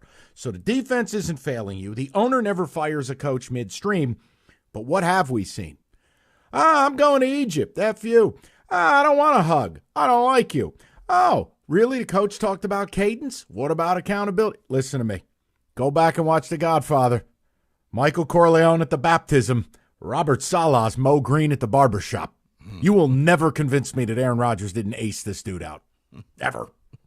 Ever. And you just Aaron, hate to see it. Yeah, Aaron, do you renounce the devil? Pop! To your point, Mike, since 2021. Somebody get that holy water. Since 2021, when Robert Saleh got there, the Jets' total defense ranked 7th. The total offense ranked 31st. And I know everyone's to say they had Zach Wilson. It did not get better this year. Here's partly why Woody Johnson fired him. Here's a quote from him during the media session. This is one of the most talented teams ever assembled by the New York Jets. The change that I made, I believe, will bring new energy and positivity that will lead to more wins starting now. Right, only problem is the defensive players are pissed off that you fired their coach. Yeah, and the fact he was escorted out, look, I'm not telling you it's never happened. I'll just tell you, you talk to anybody in the NFL, highly unusual. Wasn't allowed to address the team. Here's your playbook. You just hate to see it. Let's move on to other things. I could talk about this for 4 hours, but nobody in Detroit cares. Oh, my gosh. It is so much there to talk about. Yeah, who would have thought that the Giants had a better week? Listen, just let Big G have this finite moment in time. Just let him have this. Well, here's the sad part of the football today. What? Is it time for Russell Wilson in Pittsburgh? The offense can't move. Justin Fields doesn't look any better than he did in Chicago right now, because Mike Tomlin keeps saying that they're going to practice as if Justin Fields is the quarterback until Russell Wilson can show that he can be available. He is getting second-team reps. He will be a full-time participant. Is it time for Russell Wilson? Yes. Justin Fields is ass, and I'll never forgive you or your team for having me stay up till 1 a.m. on Sunday night and lose on the last play of the game, laying 2.5.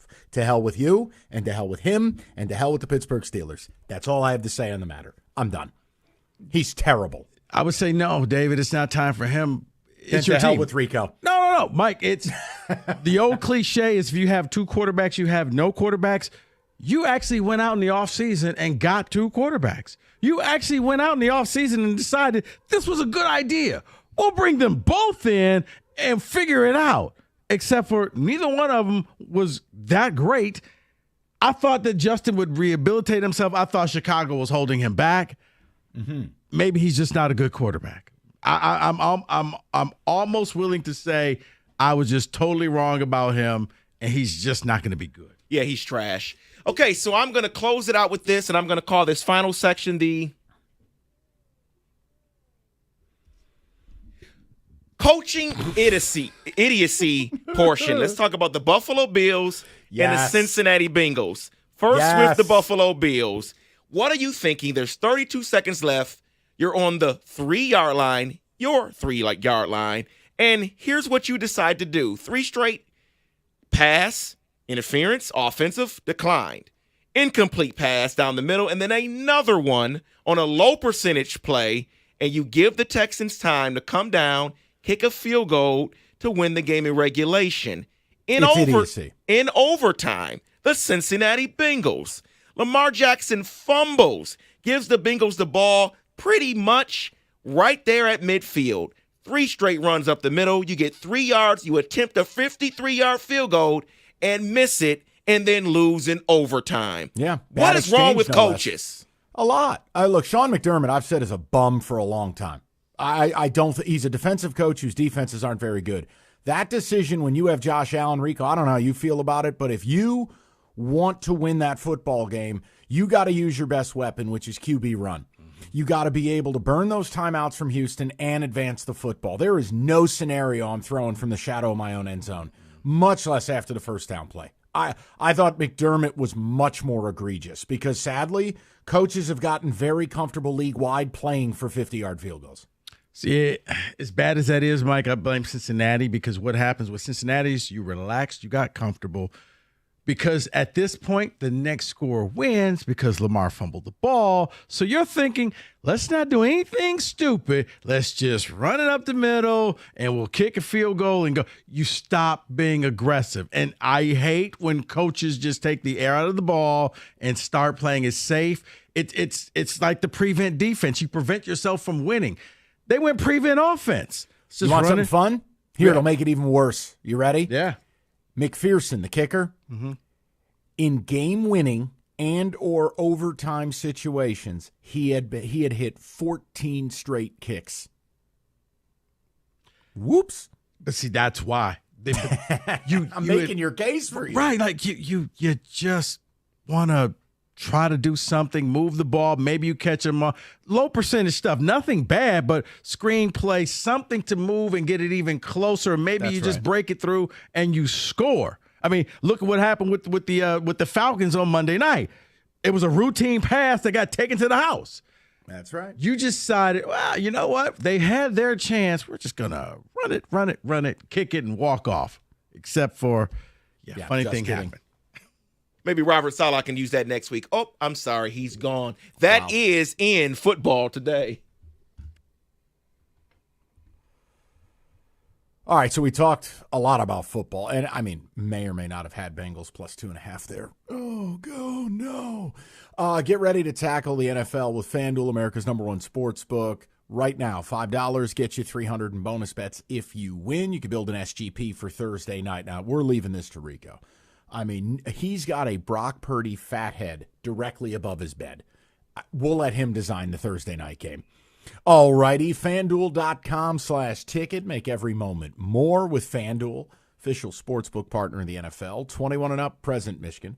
First online real money wager only. $5 first deposit required. Bonus issued. Non-withdrawable bonus bets that expire 7 days after receipt.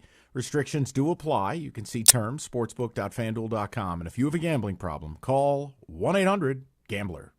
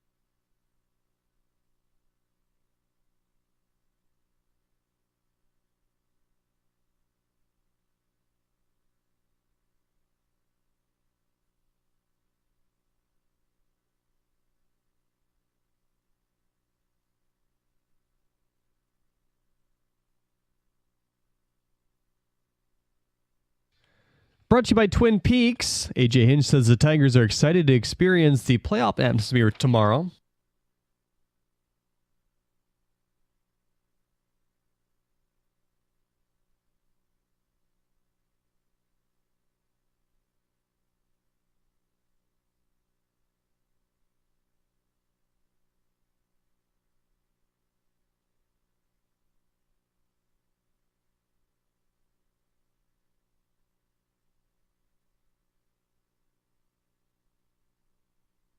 Cowboys owner Jerry Jones said on Dallas radio that Micah Parsons is iffy to return this week against the Lions. As for left tackle Tyler Guyton, Jones says he has a good chance to play. The Pistons are heading to East Lansing today to face the Suns at the Breslin Center. Coverage beginning at 6:35 right here on 97.1 The Ticket. The team also announcing that Bally Sports Detroit will carry all 82 regular season games on television this season. In an ESPN survey of all 30 NBA GMs, 83% selected the Celtics to repeat as champs this season. The Thunder received the other 13%. Jets owner Woody Johnson said that Aaron Rodgers had no input in the decision to part ways with head coach Robert Saleh. According to Mike Flores, Saleh was escorted out of the team facility by security and was not allowed to meet with the team.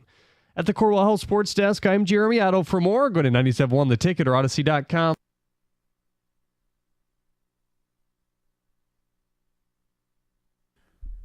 Well, and as Rico well knows, nothing says Tigers playoff magic like Boz Skaggs. Here's Rico, karaoke style. 3 o'clock. Dearest Michael, we are so happy to have a playoff win here. Hold on. Listen, the whole report from the front, I mean, we started the show talking about yesterday's game and Kerry Carpenter and, Scoble was magnificent. And tomorrow it just sets the stage for something we've waited a long time for, which is a home playoff game in baseball where if you're an old head like me and Rico, 06, I mean, I've never seen a baseball stadium behave that way. It was a powder keg. It was awesome. I'm expecting tomorrow to be one of the great postseason, vibes in the sport that you'll be able to find. I've told you, Yankee Stadium's primarily a doctor's office. It's special. But what you did yesterday and how you did it, I hate to tell you, I'm kind of numb to it at this point. There was no point in the game I thought you were going to lose. Honestly. Oh, there's 2 men on. I'm like, yeah, great. The space gods will give them a double play. Now, here's my one question. We didn't cover this in the first hour. Enrico, there's no wrong answer. I just want to know your answer. Was it a catch? I have gone back and forth, Mike. I think the thing is, whatever they said it was going to be, that's what it was going to be. Because it could have been a catch. It could have not been a catch, but I think deep down, I'm okay with the fact that they said it was a catch. At first, I thought the ball bounced into his glove, but then when you start looking at it frame by frame, it's like, I don't know. I don't. And when that happened, that's when I started thinking maybe the voodoo's over. Maybe it's done because I just knew, okay, we're going to review this. Okay, and there we go. Wait, what? That's when I stopped believing in the voodoo and was just thinking this will be a walk-off home run in the bottom of the ninth. I'm guilty as charged. No, that's okay. I didn't. I guess I've just been seduced by and conditioned that over the better part now of 2 months, whatever they need to happen is going to happen. And the part of this is, look, whether it was Scoble or this bullpen, do you know what you didn't do yesterday? And it's why I had the confidence I had. 0 walks. 0. Okay. No false traffic on the base paths. And you just played the game. And at no point did I feel like the Guardians were getting quality at bats. I just didn't feel that way. Even Rocchio's double, he barely hit the ball. There was just nothing to it. And then, of course, when Clase comes in, Rico, that you were getting good swings. And no, I didn't imagine that Rodgers and Sweeney would both get on base, but they did. And the minute you had Carey up there, and it wasn't a quick at bat, you got to see more pitches. Then, that moment, I mean, I can still close my eyes and see it. You had Bo Naylor motioning with the glove, keep it down. Like, you do not miss high. The fact that Clase threw 3 straight sliders, part of it is no one has hit that ball out of a ballpark in 2 years against him on a slider. But he missed. And Carpenter's too damn good of a hitter, especially against righties. You don't play against lefties. It's just become expected. But I'd love to know where people are. What impressed you the most? Your reaction to yesterday? And look, I know Rico and I, while being positive, are certainly more measured. I'm not, I was busting Cookie's chops earlier lightly, and I'm just like, did you seriously talk about this being a bigger homer than Maglio? You need to chill. Second of all, what were you, 6? You got to be kidding me with that. Wait, I thought he said it was the second biggest homer to Maglio. It can't be even that. What are we doing here? Right. One sent you to your first World Series in, at that point, 22 years, and it was at home, and it ended a series, and it was the height of drama, and it brought grown men to tears. You can't do that in the ALDS in Game 2. Stop. Point of Great reference. moment. Stop. Point of reference to Cookies in his generation. Maybe this was the No, second biggest. no, it's not. I'm in his generation, and no, it's not. He's wrong. He's wrong. Maglio is way up there, and it's not even close. It's not even close. Second doesn't mean it's close. It just means it's second. The It shouldn't Washington be Generals were second to the Globetrotters. It shouldn't be discussed in the same sentence. Okay, wow. All right, there's no reason to be angry. I just think it's a PSA, and it shows you the dangers. Jim Costa shows you the dangers of doing a radio show with an erection. You're not thinking clearly. There's no blood in your body. You can't do radio that way. There's no way he stood up in commercial breaks. Change my mind. Yeah. Mm-hmm. He was very excited, Mike. Let's just leave yeah. it at that. Yeah. And in his world, he got wrapped up in the moment and said, this was the greatest. Well, maybe. I know. And I'm sure somebody was like, did you forget Maglio? Okay, second greatest home run. Okay. Yeah. How about Kirk Gibson? Anybody want to talk about that? He wasn't alive. Okay, we'll just keep going. I would The even point go, is- you know what, Fick closing out Tiger Stadium. It was a great photo. I remember when they used to sell the panoramic of that. Yeah. Really cool photo. But no, that's where we're at with it. We had Tigers in 4 before the series. I thought you would gain a split. You did. I'm not changing anything. There's no need to anoint this team as anything other than what they are.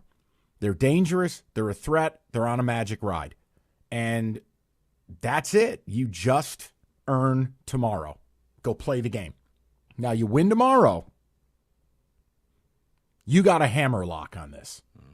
Because you've got a home game Thursday and no day off. And at worst, if you have to go back to Cleveland, you got Scoble on the mound, and you have a full bullpen. And if you think AJ pulls levers now, elimination game, AJ, you do whatever you want to survive. Now, here was my other question as we start hour number 2, Rico. Who's the opener tomorrow? Could I offer you something? Did he just get I'd called like to, up? No. Would you consider starting the game if you didn't go with Holton? Now, I'm not wavering. Just because Holton got lit up for the first time like ever, I'm not wavering that you don't start him now. But any thought process. What about Jackson Jobe? With relievers warming up from Jump Street. I was about to say, yep. Wait, are they up in the bullpen already? We haven't started Yes, the game. they are. Yeah. And them daiquiris, stay warm. Yeah. I'm asking a question. Who's the opener? Yeah, I can see Do that. you go back to Holton? You try something new? I was kind of leaning towards Jackson Jobe as well. You got to see what this kid can do. Maybe putting him in Houston was a little too much pressure. You get to start the game late fresh. innings. What if you just get to start the game? It's just Can you the take it first 2 batter innings? of the game. Can you give me 3 outs? See, I was going to say, can you give me 2 innings? That's it. Okay. David, any thought on that? And again, I'm not qualified to pick the opener. I'm eagerly awaiting the announcement. But who is it? I don't think you're starting a pitcher. That's not what you do. Now, you'll go opener into bulk or like double open into bulk. But, is it Holton? What do you do?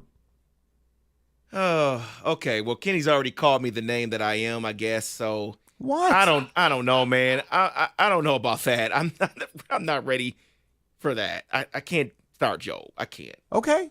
I'm David, scared. I'm sorry. I'm scared. I'm not even saying it will happen. I'm asking a question about, you saw Holton the other day. Would there be a different approach to this? Or do you just go with the tried and true method? See, I would have Joe maybe have Montero warming up to start the game just to be ready. I don't think Montero's even on the damn roster. No, he got put on this one. He's in the DS roster? Yeah, mine's is you off. can keep him. Yeah, well, okay, gotcha. Yeah, no, I'm not interested in that. You can have Montero. I don't He's not think one of my guys. If you didn't have a terrible ERA at Toledo, you don't pitch for me. That's my rules now. Is this what we are now? Yes. In fact, I'm hoping there's some guy I've never heard of who has a 12 ERA at Erie, and we're just going to have him be the opener. minimum ERA 6 coming out of Toledo. Yeah, exactly. Has to be 100%. Kenny, what they're doing is the equivalent of the Wings finding their worst goalies in the system and bringing them up, and they all look like Patrick Waugh.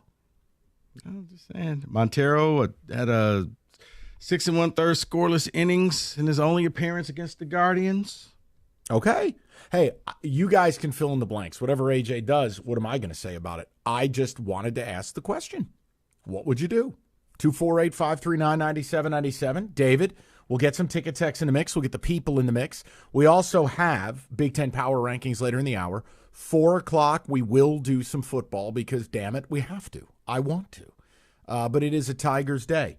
And while we're not asking you, well, where were you when the moment happened? I would like your thoughts about the game and how you're feeling going into tomorrow. This is playoff baseball. This is how it works. Stay neutral. You'll drive yourself insane if you go high-low with every game. Try to just stay neutral with it. And tomorrow you win, then get excited. But tomorrow's going to be a dogfight. I think you're going to get the best shot the Guardians have tomorrow, especially coming off that game yesterday. 248-539-9797. We'll get with some of the people coming up next. Being number one, not easy. Takes years of experience, dedication, determination. Number one mattress purchased by millions every year. It's Serta. They got the experience with 111 years making the world's most comfortable mattresses, and they are made right here in Michigan.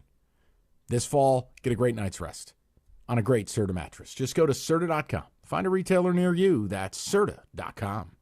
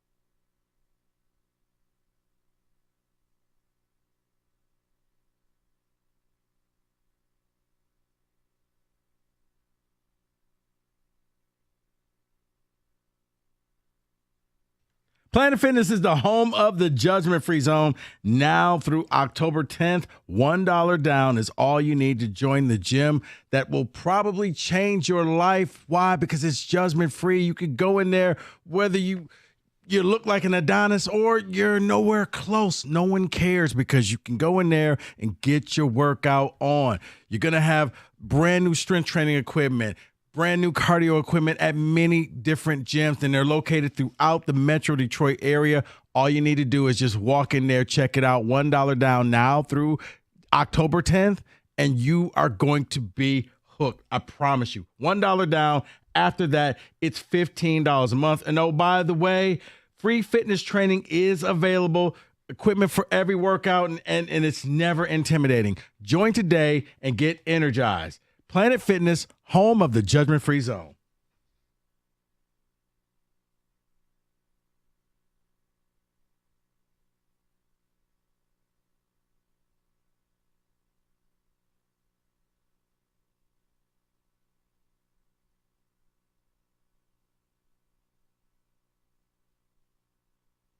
All right, David, give me a few of the ticket texts. We'll get to the people. We'll get to the Big Ten Power Rank later in the hour. What do you got for me?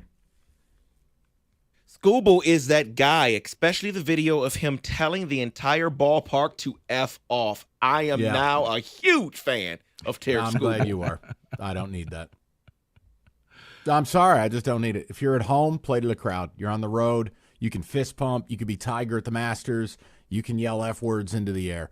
This ain't wrestling. You can save that. No. And here's the other thing. You're not Verlander. You're not Scherzer. You're not Nolan Ryan. Not yet. I'm old school about it. I didn't need that. Right, but he's a few weeks away from having something that all of those guys have, and that's a Cy Young Award. He got wrapped up in the moment. I'm okay with that. That's fine. Well, what I'm, again, it's just not for me. It's just not to me how you do it. You're at home? Oh, hell yeah. Play to your crowd. Those are your people. I don't need you getting into it with fans on the road. Just pitch. Game 2 was Hinge managerial wizardry.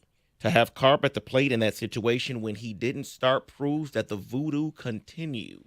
It does, but remember, Vogt got the best of him early and was able to keep Carp on the bench sequentially with how he approached it.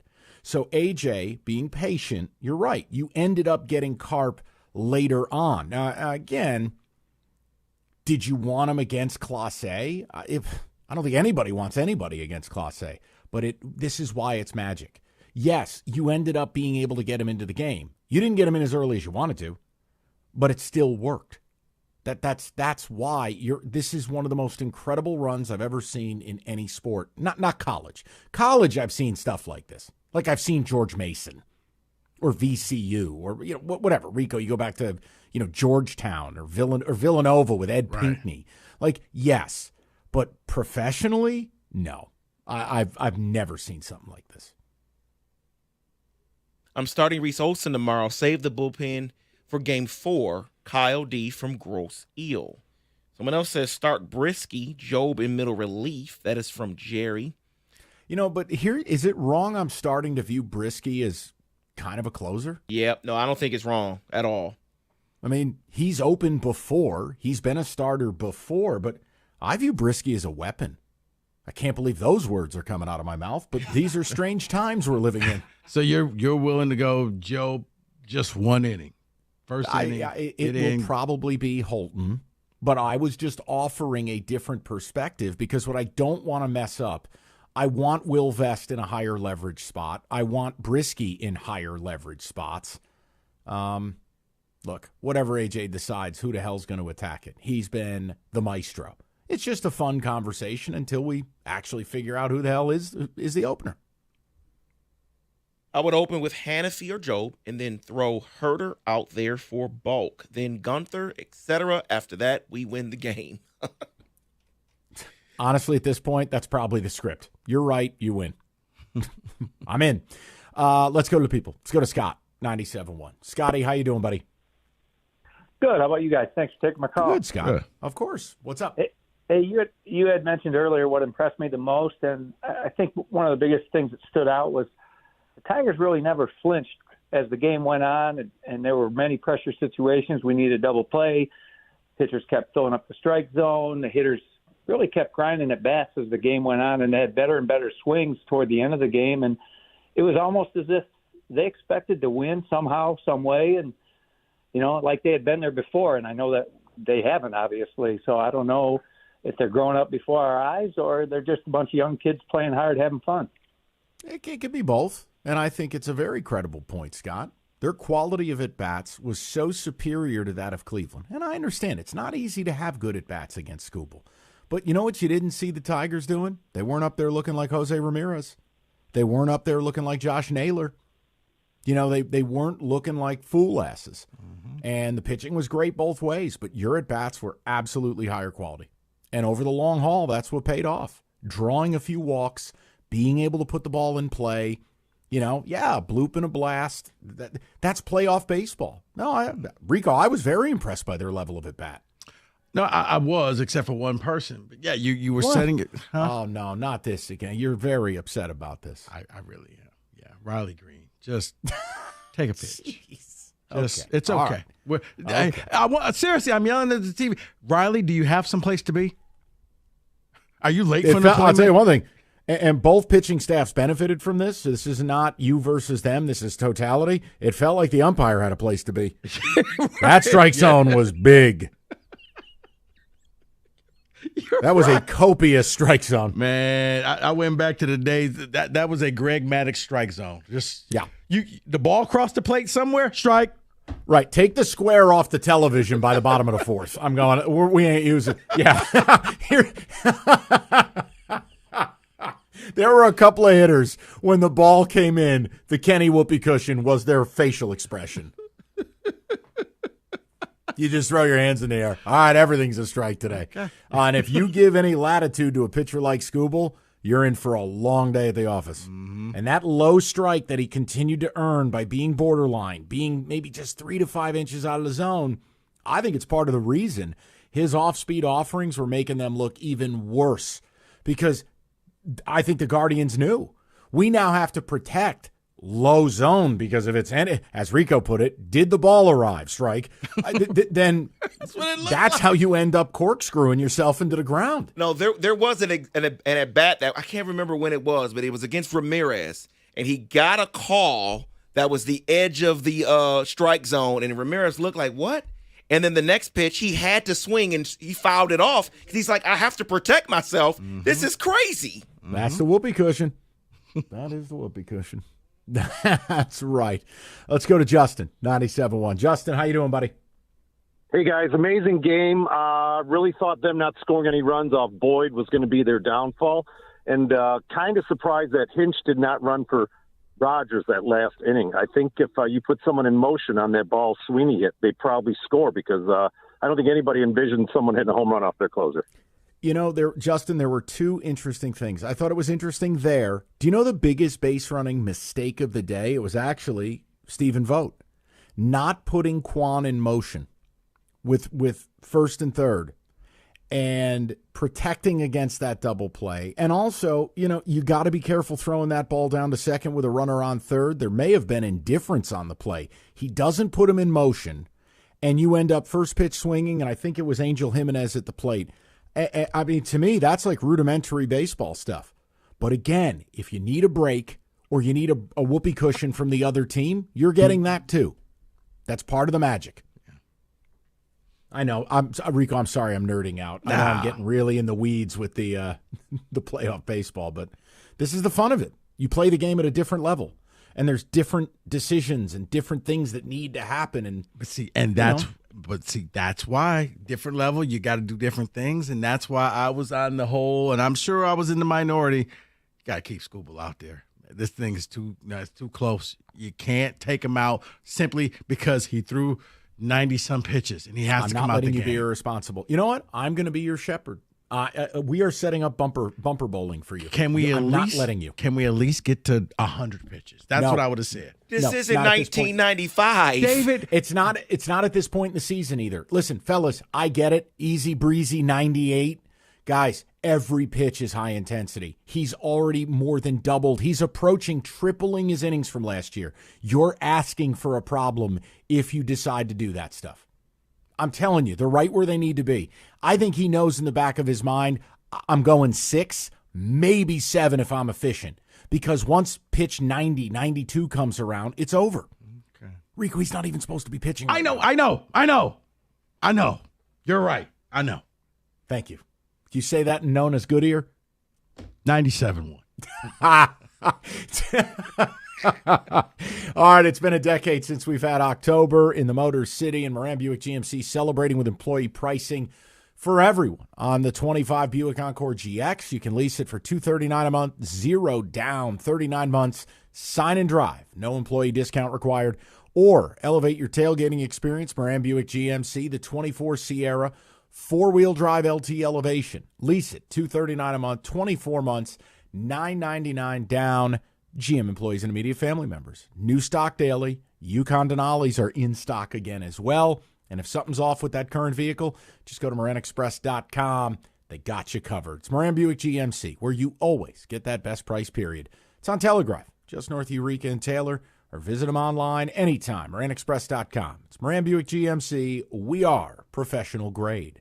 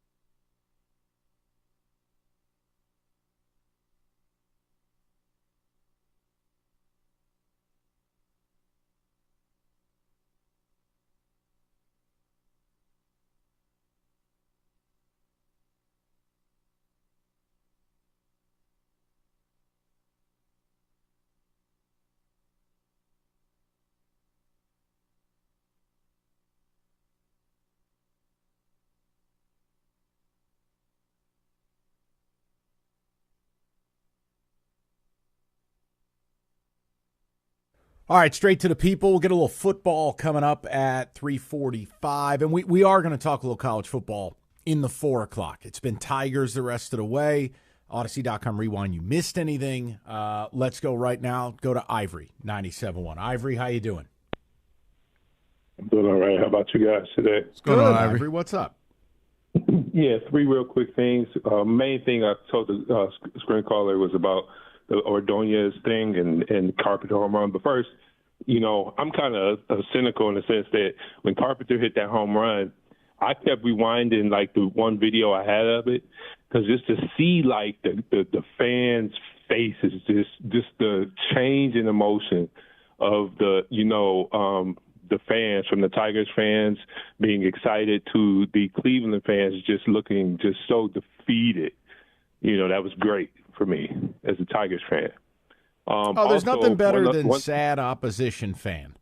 Like, that's the best. Yeah, I mean, I laugh when my great. team's not even involved and it's college football and they go to like sad Mississippi State guy and you're like, sucks to be you. Right. You hate to see it. But also, I think one other thing too, we look at a lot of times when we have major things like this happen, we look at like the results, like as the champion of it all, the excitement. But the reality is, what people need to be champion are two people, Trey Sweeney and Jake Rogers, for getting those 2 singles.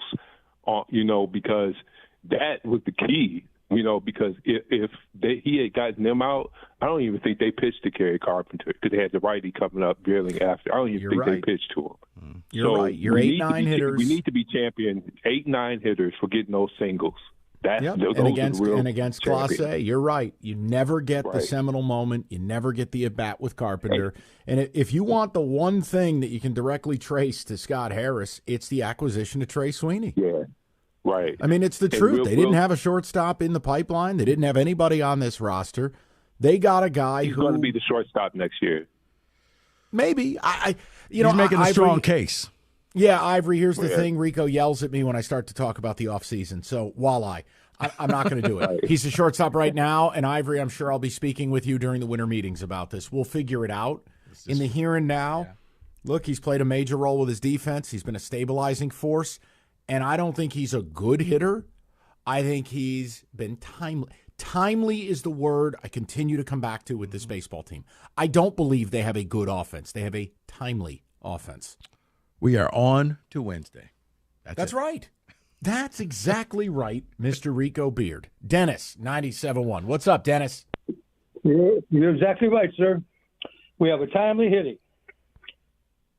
And I don't think that we need any problems with the pitching, because whoever they got back there, we got 8 bullets, and we got them all ready to go. It doesn't matter to me. Yeah, it feels like it's like an amoeba. They're what you need when you need it. They continue to shapeshift and just keep moving it. Dennis, I've never seen anything like it. Me either, man. I'm 75 years old. I've never seen anything like this. We got a bunch of rookies, all hitting between 200 and 240. A couple guys hitting a little bit above that. Our biggest hitter is hitting 285, and that's Kerry Carpenter. Yeah, and he can't even hit the left-handed. The overriding stat, too. And look, injuries played a role in this. I do understand that. And, whether Carpenter or Green missing time. But factually, you don't have a 25 home run hitter. You don't have anyone who had 75 RBIs. You don't have a 25 steal guy. Like that, it's unheard of. It's a bunch of unheard of guys getting out there and kicking butt every day. It's a different hero every day. Yep. And that's and again, about this team. It's a moment in time. While I don't want to talk about the offseason, but there's absolutely no guarantee it's ever like this again. And your own manager says this wouldn't sustain. Playing this way can't sustain over a whole year. You can't play this style of baseball. And again, my misgivings about the postseason are the same with hockey. And what I mean is the regular season game has no bearing on the postseason. It's a completely different sport. Look at baseball. In baseball, you play every day. Your rotation matters. Oh, now we're going to go to the playoffs and we have days off every game. It's not the same sport. Mm-hmm. Now, that benefits you here and now. So who cares? But I'm saying, understand, there's plenty of people out there who view it the way I do, which is, look, you should be playing Cleveland 3 straight games. Or 2 straight, then day off for travel. 2 straight, day off for travel. But again, Rico's greed and the networks. No, you Sorry, don't get to just making sure you're paying attention. You don't get to do that. You know what, Mike? College football Walleye. only. Walleye. 248-539-9797. Let's get the Big Ten Power Rank next because, people, as you know, this is a Kurt Signetti radio show. I just can't wait for Rico to bless. Somehow I feel like I'm related to Kurt Signetti. It's so exciting. We'll do it next. Get ready. NFL action. FanDuel, America's #1 sports book. Right now, new customers bet $5. Get $300 in bonus bets when you win. You build an SGP for Thursday Night Football. Let me give you a preview of Rico's. Purdy over 500 passing yards. Purdy 7 touchdowns. Purdy cure cancer. Purdy drives combine. Plus 68,000. And Purdy over 9.5 rushing yards. Done and done. FanDuel.com/ticket. Make every moment more with FanDuel. 21 and up. Present Michigan. First online real money wager only. $5 first deposit required. Bonus issued. Non-withdrawable bonus bets that expire 7 days after receipt. Restrictions apply. See terms. Sportsbook.fanduel.com. You got a gambling problem? Call 1-800-GAMBLER.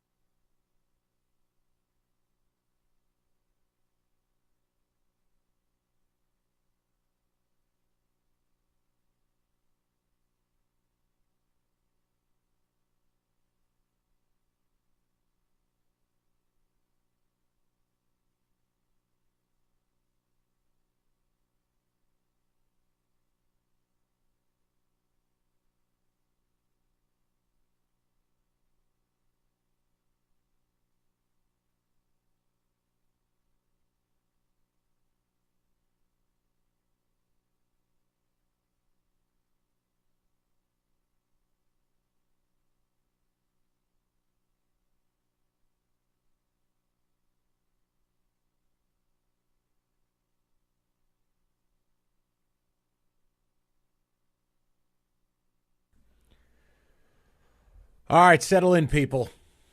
This is going to be a wild one with the week of football we just had. A little break from Tigers. It's time for the Big Ten Power Rank.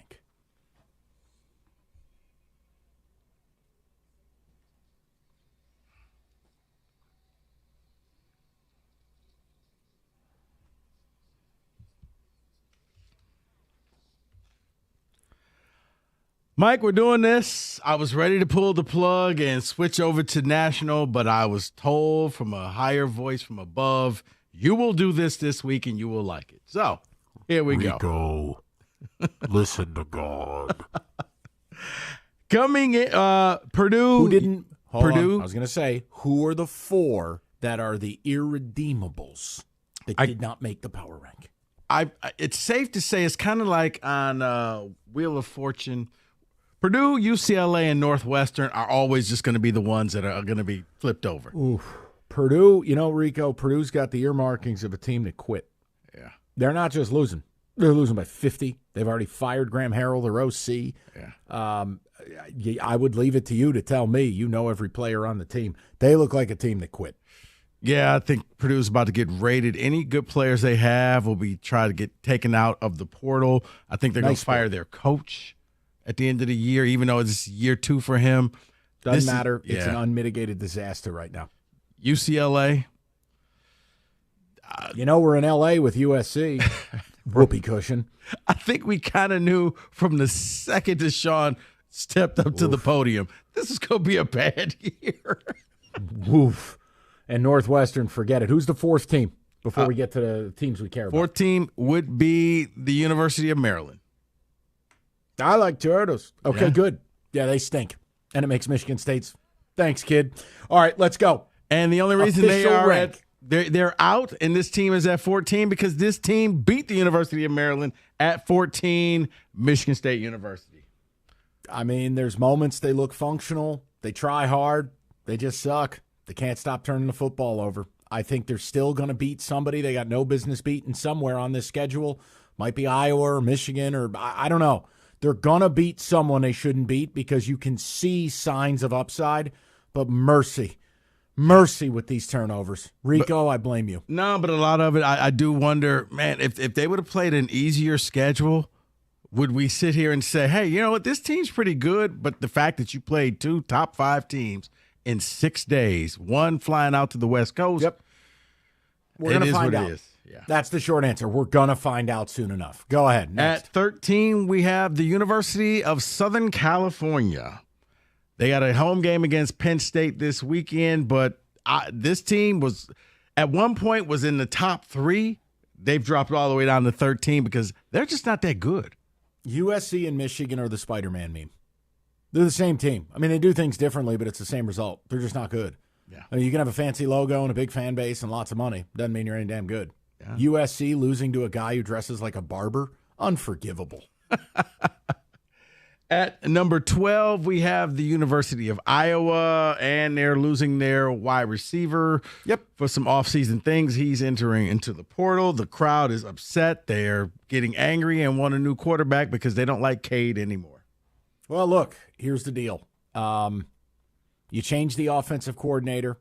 You've got somewhat of a functioning offense, but the problem is still when Iowa plays real teams that aren't in the Big Ten West, that is no more, they just look wholly inferior. How long are you going to stay with old man Ferentz? Enough's enough, dude. He's 100.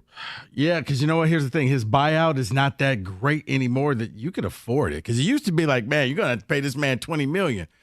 That was like 20 years ago. It's probably down to like 50 cents. You could walk away from him. Look, and in the new Big Ten, I just don't think they're going to be relevant. Mike, I don't either. I think that that was a team that hated that the Big Ten went into just one division. Speaking of a team that hates the fact that the Big Ten now is one division, at number 11, the University of Wisconsin. Gross. I mean, I would take Iowa to beat them, but I understand they had a great performance against Purdue. I still don't get the fit with Phil Longo being the OC up there and running the spread. And nothing makes sense. It doesn't. I'll leave it alone. I'm not going to stress out over who's 11. Go ahead. At number 10, we go to the city of Ann Arbor. We have the University of Michigan, fresh off of their loss at UW. Argue it. That's right. No, I want anyone who's butthurt by that to argue it. This team blows. Tommy Schuster, MSU's backup, has more passing yards than anyone you've put out on the field at quarterback this year. That's ridiculous. You can't throw it. And by the way, you don't believe me that you blow? All right, here's what they think about you. Shout out Ice Cube. Here we go. Ready? Michigan's passing defense this year. Oh, Will Johnson, tell your friends. 115th nationally in passing yards allowed per game. 79th in opponent pass completion percentage. 131st in opponent pass completions. 132nd opponent pass attempts. 116th opponent passing touchdowns per game, and 115th in America in first downs allowed via the pass per game at 12.5. Oh, you missed one, Mike. You missed one. 133rd out of 134 teams in passes completed over 10 yards or more. Boom. That's Wink Martindale, people. I've lived it with the Giants. Now you're stuck with them. Hope you enjoy the shades. At number 9, we go to the Barber College themselves, Minnesota. 3-3. They're taking on UCLA at UCLA. So that may actually be a victory for them, and they may move up in next week's poll if we do next week's poll. Yeah, that's fine. They've decided they can throw the ball. They played a gutty game at home, and they won. But P.J. Fleck is still a boner. Carry on. At number 8, Jetfish and Washington Huskies, 4-2. They're at Iowa this weekend. Yeah, look, it's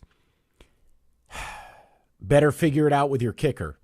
And this is a team that should be at least one game better. I mean, they blew the Rutgers game 7 ways to Sunday, and you can make a case one stop they win against Wazoo. Good game plan. They're more physical than people give them credit for. They're balanced. They have a running game, and Will Rogers as a Band-Aid on a bullet wound. You know, Damon Williams will take the job over next year. Will Rogers can execute the offense. They're pesky. And for the sake of time, at 7, Rutgers 4-1, 6, Nebraska 5-1, and at number 5, Illinois at 4-1. All right, who out of those 3, Rico, do you believe the least in? Who do I believe the least in? It's still Rutgers.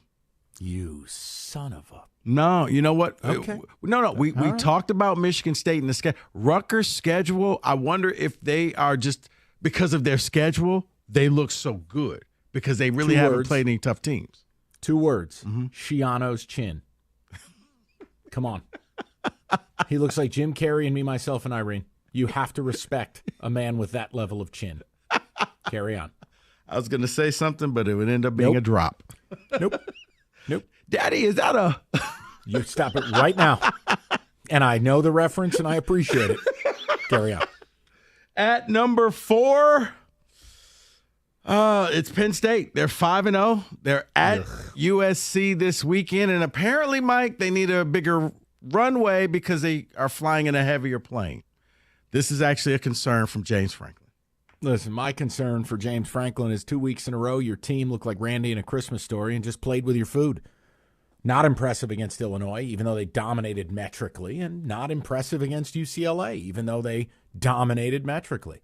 We'll find out more. But again, is USC any good? The only reason I have doubts, Big Ten team, Eastern time zone, flying out west. You know the record. You know what happens. Oh, yeah.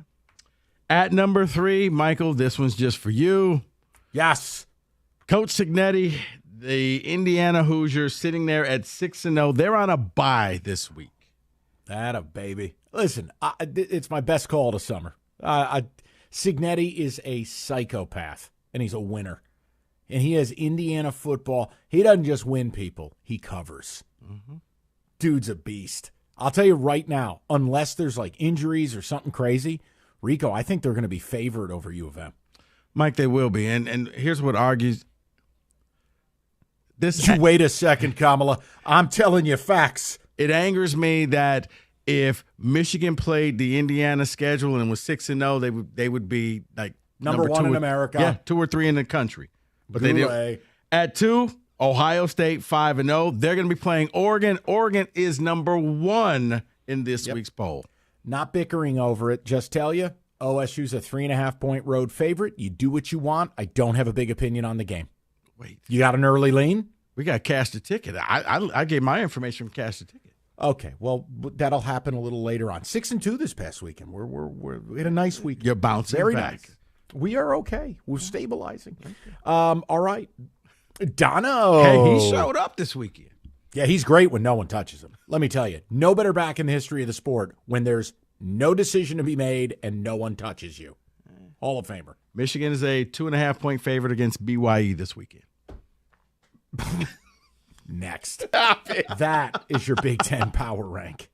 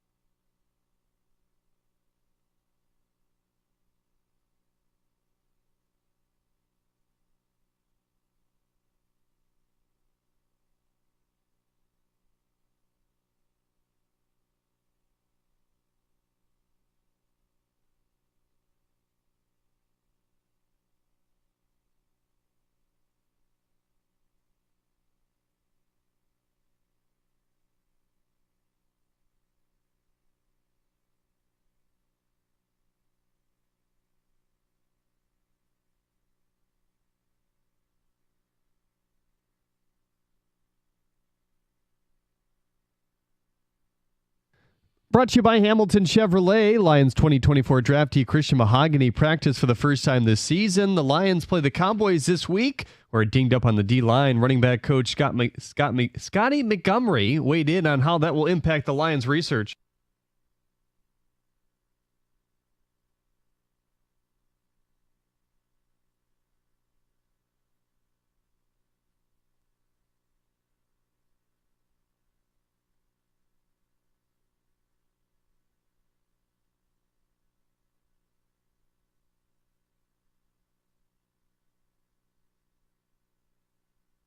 Kind of scary. Half of Scotty Montgomery's family actually lives in North Carolina where the hurricane hit. He says they're all okay and they missed the worst of it. That's good news. The Tigers had the day off today. The Guardians chose to do a workout while Detroit did not. The Tigers will decide on their starting pitcher today after coaching meetings and inform Cleveland tonight, and will be announced that they'll produce and distribute local broadcasts for the Guardians, Brewers, and Twins next season. The Rangers also announcing they'll depart from Diamond Sports. That's of interest because the Tigers deal with Bally's in flux for next season. According to a report by Tony Paul last week, the team is expected to renegotiate with Diamond, however. The Red Wings have pushed back their start time for Thursday's regular season opener to 8 p.m., given the Tigers will play at 6 that day. After Austin Watson cleared waivers, he's been sent down to Grand Rapids. The NHL opens their regular season today on the other side. Blues and Kraken are getting ready to drop the puck in a half hour, kicking off a triple header. We'll see how Kenny's wallet is following today. At the Corwell Health Sports Desk, I'm Jeremy Otto. For more, go to 97.1 The Ticket or Odyssey.com. All right, so programming note. If you're looking for Tiger baseball, did the first 2 hours on it. We're going to get back to it at 5 o'clock. But we wanted to take this space because, look, functionally, tomorrow you have a day game. Thursday could be closeout day or elimination day, depending on how tomorrow goes. We just don't want to wait till Friday, and we have this little finite space to do a couple segments on college football. So here's a question. Rico, you like to play a game. It's one of your favorite segments of the week. Can we say this? So I am going to ask you a question, and you tell me, can we say this in real time? College football edition. Ready? Okay. Yep. Michigan blows. Like, no caveats, no excuses, no but if this or maybe this then. No, straight up. I've watched every snap of this team this year. This team sucks. You know what, Mike? Actually, yeah, I'm going to allow this, and it's not because of where I graduated from. I just finished. No, I was telling Jeremy in the commercial break. Do you realize how close Michigan is to being 2-4? Where USC blew the lead, and Minnesota recovered an onside kick. This isn't a very good team. You don't have a quarterback, but you knew that coming into the season, but you somehow fooled yourself into thinking that you not only had one, but you had 3 quarterbacks, and really you don't have any quarterbacks. I don't see how it's going to get better because, lo and behold, Illinois and Indiana got good. You haven't played the top 2 teams yet. So that may be 4 losses that you're staring at right now. If your standard was playoff, yeah, you're correct, Mike. If your standard was will be relevant, you're correct, Mike.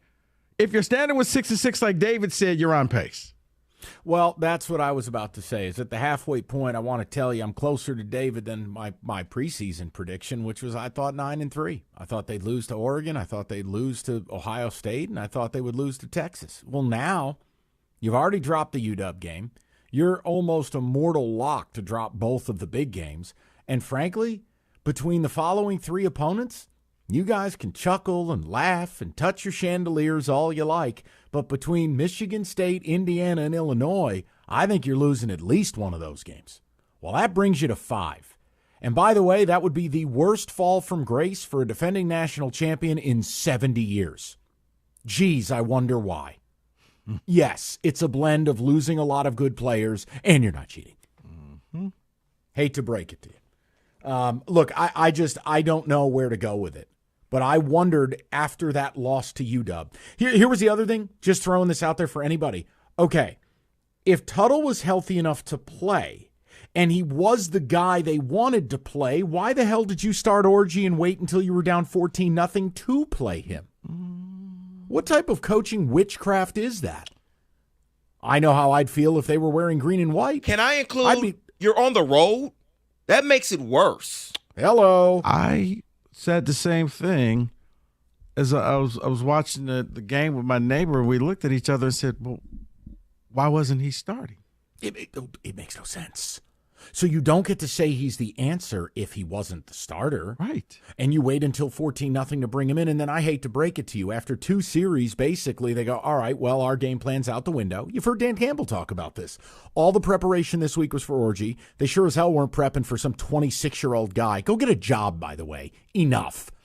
You know, you're Alan Bowman, you're Jack Tuttle, you're the kid down at Miami who's 30. Do me a solid. Here's a resume. Get in the workforce. Ridiculous. You got guys who graduated in 2017 playing college football. I digress. But here's my question to you as a Michigan fan. Have you arrived at this? Have you officially, like they say in Spaceballs, we've gone from suck to blow? Like, does this team just stink? Because defensively, Rico, this ain't it. I gave you the passing statistics last segment. You can throw the ball at will on these people. If you have half an offensive line and 3/4 of a quarterback, you could throw for 300 yards on these cats. Mike, I think this is bad because the defense was what you were going to rely on, especially the secondary. They're not getting it done. It's just and I'm going back to your whole why didn't Tuttle play, because honestly, if you started Tuttle, the element of surprise may have won you the game, because they needed to get into halftime to make the adjustments. That was the first thing that Jed Fish said was, hey, we didn't prepare for this. They did what USC and Minnesota didn't do. We're just going to shut down your run game from the very first. You could throw it all you want. And I think the first play of the game, they threw the ball. And they were like, that's cute. Do it again. Try that again. And they couldn't. Yeah, I just wonder. And again, I mean, guys, listen, you can't hurt me. I know my team stinks. It's not even fun to talk about. This has nothing to do with them. We're talking about you. You want me to talk about my team? I will. Only 7 people care. Guys, this is looking like an unprecedented fall from grace for a defending national champion. And you've got coaches cussing out fans on the sideline. You got a guy who looks like, from a professional standpoint, he's like, look, I'm just here for the money. I'm bored. Wink Martin. I mean, are you enjoying the Wink experience, guys? I warned you. This is what I lived with the Giants for 2 years. This dude had no professional future.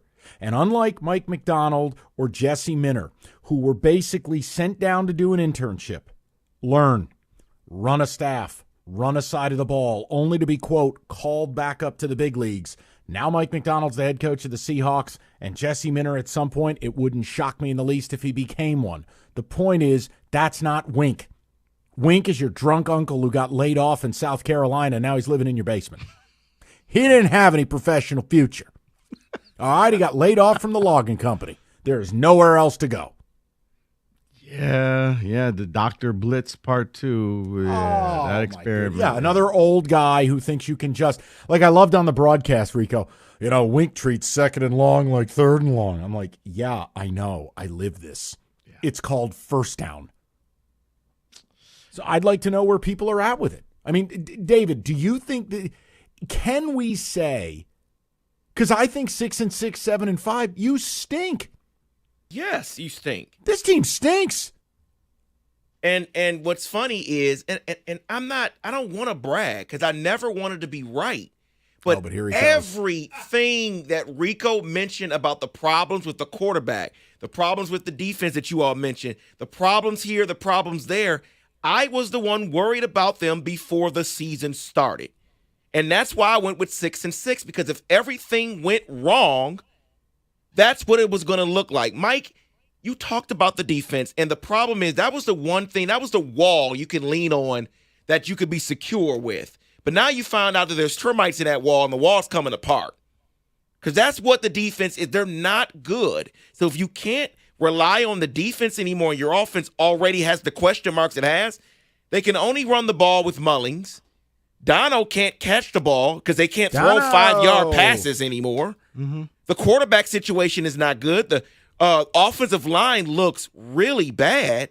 So when you don't have that, you got the turnover buffs. The turnover buffs when you're down already in the game. And That's everyone knows you're down. losing the game, and you do the turnover buffs. Dude, go sit down on the bench. It's bad. Yes, they're bad. They suck. So my question is, what do you do long form? I mean, like, I don't think it's appropriate to talk about letting go of a head coach in his first year. Like, that's not where I'm at. I don't think that's fair to Sharon. Have I been impressed with Sharon? No, absolutely not. But, like, I'm telling you in no uncertain terms, you cannot have Wink Martindale here next year. Right. You can't. You know what, Mike? I got an answer for that. I'll give that to you next. Oh, it's tease season. Good for you. All right, we'll hear from Rico next. Let me tell you, if companies are out there advertising BOGO on AC and furnaces, come on, man, you know better. Read the fine print. You want a fair deal, a real deal. You go to Mastercraft Heating, Cooling, Plumbing, and Electrical. They got you covered 24/7, locally owned for over 40 years, and they back their work with a 5-year warranty. Mastercraft, your one-stop shop for heating, AC, plumbing, and electrical. They'll beat any price, and now you bundle a new high-efficiency AC and furnace, you save up to $2,000. Great installation. Same-day service as well. Just visit mastercraftheating.com.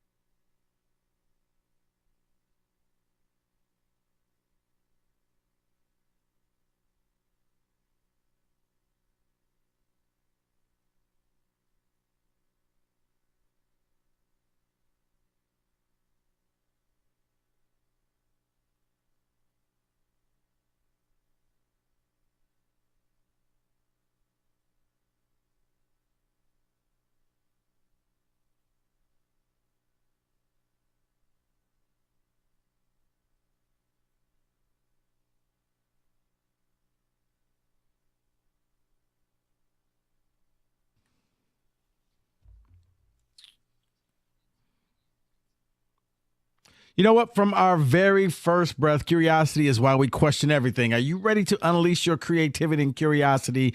Then Specs at LTU is the place for you. You want that career in radio, TV, you're a graphic design artist. Specs at LTU can help you unleash that dream of yours and make it into a reality. It's very simple. You just need to be curious. Go visit the website, ltu.edu/specs. You're going to learn more about the broadcast media arts, the digital media arts, and graphics communications program taught right here at Specs at LTU in the city of Southfield on the campus of Lawrence Tech. You're going to be taught by people like myself who actually work in the business. It means you're going to learn from day one what it takes to make it. And with the hands-on approach and expert faculty, you will learn the practical skills you need to succeed in today's media industry. So once again, what are you waiting for? Be curious. go visit the website, ltu.edu/specs. That's ltu.edu/specs to learn more. Then make magic by enrolling in Specs at LTU certificate program today.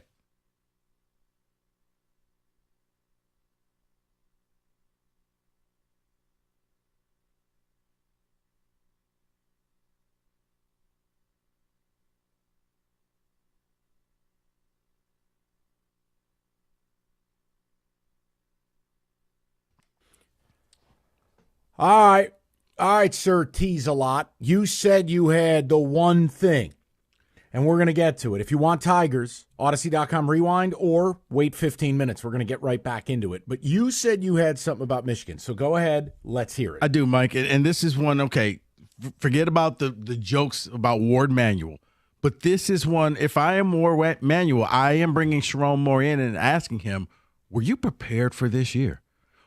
Did you really prepare yourself with your coaching staff and with the player selection? Because it looks like he didn't. Mike, this looks like he got the job the day before the season. That you didn't know who your quarterback, and if that was the case, I could excuse all of this because you just write this season off and say, give me a year and I'll fix this. But you had since January to put all of this together. You chose not to go to the portal. You chose to bring in, you bump up a bunch of grad assistants and turn them into coordinators and position coaches, and then you bring in Wink Martindale. It doesn't not look like Sharon Moore was prepared, which to me gives you strike one and strike two. You're going to bring him back, but he's going to be on a very short leash next year. All right, I'm going to say this. David, you can hit the dump button if I'm being overly provocative. There's no smarm, no sarcasm, but everything Rico just said leads me to one thing. It's the one thing he didn't say. What if he was just the perfect fall guy? Nobody else wanted this job.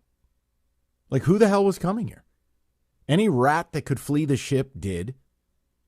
Harbaugh raided the staff, and a lot of the guys had to go. And let us not forget that a couple of guys Sharon would have had on staff with guys like Clinkscale and Partridge had to be fired for impropriety or whatever it was.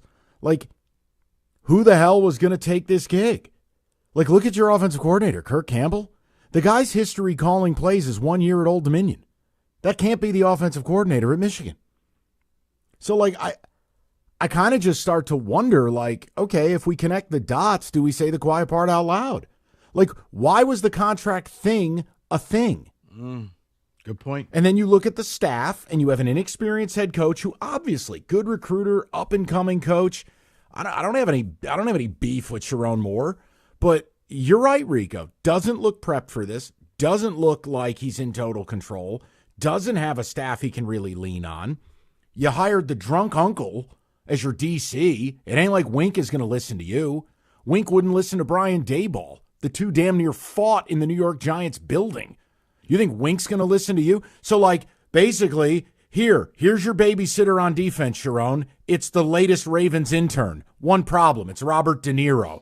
And you're like, this dude's 100. Yeah, well, he's the intern. Well, you know what? How about a quick little funny game? Because I know you like the games, Mike. Can Jack Tuttle and the recruiting class that he was a part of. Now, just to give it to Trevor Lawrence was a part of that class. David's quarterback was a part of that class, and Justin Fields. Brock Purdy was a part of that class. Can you name the three current Lions that were a part of the same class as Jack Tuttle? So I got to go to Trevor Lawrence's draft year, Justin Fields' draft year. So that would be what, 2020? Is that the draft year? Yeah, I think so. Yeah. Amon-Ra. Yes. Okay, that's one. All right, at least I'm off the schneid here. Amon-Ra was ranked. Yeah, he was a 10th ranked person in that class. Derek Barnes? No. Okay, I'm out. The point is, Penei Sewell and Aiden Hutchinson. Trevor Lawrence has signed a contract. Penei Sewell has signed a professional second contract. This guy's still in school. Please NIL, though. Stop. NIL. What kind of NIL you think Pete Tuttle's getting? Exactly. Free sandwiches at Zingerman's? Come on, man. NIL for Bob Tuttle. Get the hell out of here. Here's your NIL. Here's a book. Jack You're going to need it. Whatever. Let's go to the people. 248-539-9797. Then we'll get some football, and then back to business with your Tigers. Danny is up next, 97.1. What's up, Danny? How you doing, pal? Fellas, how we doing? Hey, Danny. Good, Danny. What's up? So I just want to touch in on the Michigan topic here. And although I get what you guys are saying, however, my mind goes to this. You got a team that I know it's not major and breaking news, and a lot of Michigan fans say this, but it is the facts of the facts. You got a guy who has never had head coaching experience. You lost 18 of your 22 starters. You lost your strength coach, both your coordinator and your head coach, and you had no quarterbacks in the chamber. What did we expect was going to happen? I think there was wishful thinking upon Orgy or whatever experience they had with, between Tuttle and Davis Warren and all that kind of stuff. And Mike, you've said it many times, and I've heard it so many times in the past. And what did you always say? If you got two quarterbacks, you got none, right? And that was always my mentality going into this when there's not a definitive starter. So, I mean, I wasn't at David's prediction of thinking 6 wins. I was kind of in your ballpark of the 7 or 8, but I was not having high hopes. But in regards to what you guys are saying, as far as is he in over his head, is he inexperienced? Yes, he's had since January, but I personally think that Sharon Moore was so invested in knowing that it's just we got to win this championship. I think that there's been a lot of turmoil behind closed doors between him, Jim Harbaugh, and the coordinators that he could have left any year, which he was flirting every year for the past 4. So he never really had any experience of thinking, okay, how do I make staff hires? Harbaugh did not teach him how to staff an entire, coordinators and all the coaching staff that he needs. He wasn't taught that. So he's basically learning on the fly. Whether that's a good decision or not, I don't know. Yeah. But, you said it yourself, Mike, in which I agree with you. Name another coach you're going to want to have take over the program if Jim leaves. It's Sharon Moore. But when you have that comes the problems of he doesn't know how to hire a staff. And that's no fault to his own because the guy's never done it before. But it's been so focused with, I think, again, Harbaugh kind of shooting this program by, one, taking the staff, but also leaving it where it was and not prepping him properly of how to build a program. I think he taught him how to lead children in college, but to build a program with a staff and recruit the right way, I think he's going to be learning all that on the fly. Whether that's good or not remains to be seen. No, and that's Danny, where I I'll believe just say the program's this. at. Yeah, and look, obviously we got to wait for the notice of allegations and the whole bit. Obviously, my opinion will change if they're staring down the barrel of something real, like a postseason ban, etc. Let's leave that off the table for right now, and let's just whistle by the graveyard. There's just no scenario I can bring Wink Martindale back.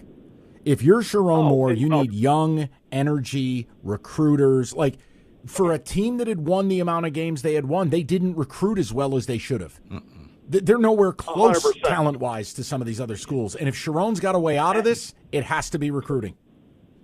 As a huge Michigan fan, there is zero excuse for being in the situation that you are in a quarterback perspective. And thanks to you, Mike, with your experience of Wink Martindale, the moment I saw that hire, my immediate thought is, what is this ass we just hired on our squad? It makes no sense because in what you said about Giants football and the defense, I'm like, this is not going to end well. This is Don Brown 2.0. So I was not exactly excited about it. Are you seeing it, though? I think are you seeing what 100%. I said play out? Like, it's real. 100%. 100%. And to be honest with you, with the quiet part no Michigan fan wants to say out loud is every single one of these staff members outside of Sharon Moore, they're nothing but like the replacements. That's all they are. All these staff members are replacement guys. Me personally, I would flip the whole coaching staff within the next year or two, doing it methodically and doing it the smart, right way of getting some blue chip coordinators and filling in the staff the right way. But whether he'll do that, I don't know. And I appreciate Danny, I appreciate it, man. And look, trust me, it ain't no great shakes up in East Lansing. It's a tough watch, but we're talking about it because it is a big story. And look. What you said about the coaching staff, Rico, I don't know where you sit on this, but the only way you're going to get people who have big professional aspirations and who have professional options, they got to get the NCAA thing behind them. And then you've got to be able to provide security and resources. Look, Michigan's a great place to coach. It's a great college football program and a great brand, but they got to make a decision on what the future is going to look like. It can't be 65-year-old dudes wearing Oakleys. No, Mike, I think that once the punishment comes out, then people will come back because then it's like, okay, that's gone. The cloud has been lifted. Now I want to go to Michigan. But you don't want to attach yourself to something you had nothing to do with. So that's why you're not going to get top coordinators or people saying, or even top recruits saying, I want to go to Michigan. The fact that you don't have a wide receiver should tell you everything. 3 straight years in the playoffs, a national championship, and Samaj Morgan's your guy, and he doesn't even have 100 yards total for the season. But I'll tell you, he celebrated every yard. 248-539-9797. We'll get more to people in the mix next. Every time you order flavored crust pizza from Hungry Howie's, you know what you're getting. High-quality food. You're getting dinner on the table in 20 minutes. And in the month of October, a little bit extra. You're donating to a great cause. Hungry Howie's had a 15-year relationship with the Breast Cancer Foundation. And during October, every dollar that you spend with Hungry Howie's, a portion of that proceed will go to the National Breast Cancer Foundation in their quest for a cure. So in October, order some Love, Hope, and Pizza. And do it, well, whenever your team is playing. Lord knows, Spartan fans, we have to eat our feelings. It's really a sad state of affairs. Hungry Howie's. And they're up in the ante. Free Howie bread with any order online of $25 or more. So tonight, order some pizza. Support a great cause. It's Hungry Howie's.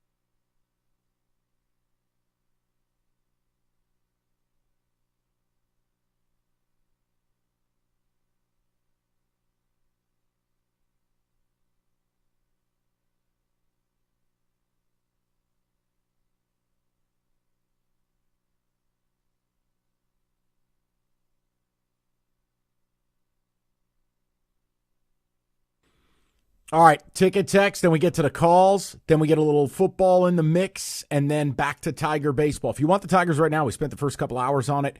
Odyssey.com rewind. David, what do the people have to say, though?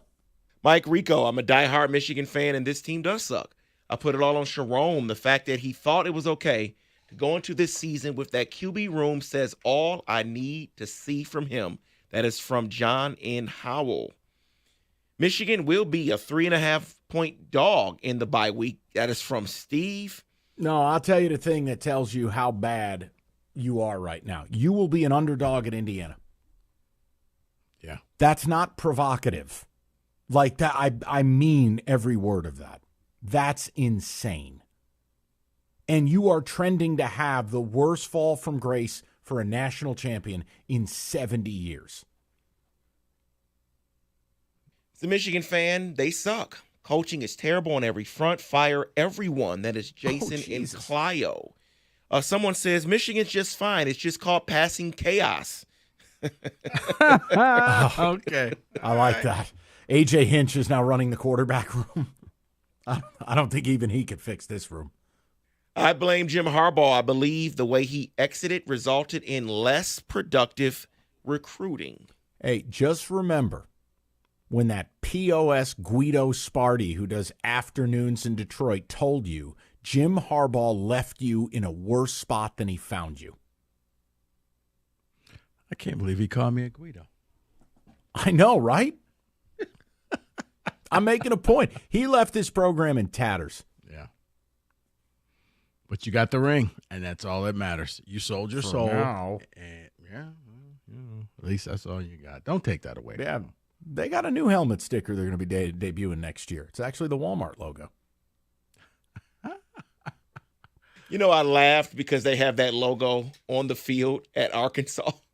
And so I laughed. I said, wouldn't that be funny if, but, you know, It's about to be on your helmet. Oh, my gosh. I'm sorry. Sorry, buddy. Oh, and don't give me the whole, it's only Spartans and Buckeyes. Really? UW fans seem to care a lot. Oh, yes. College football fans care a lot.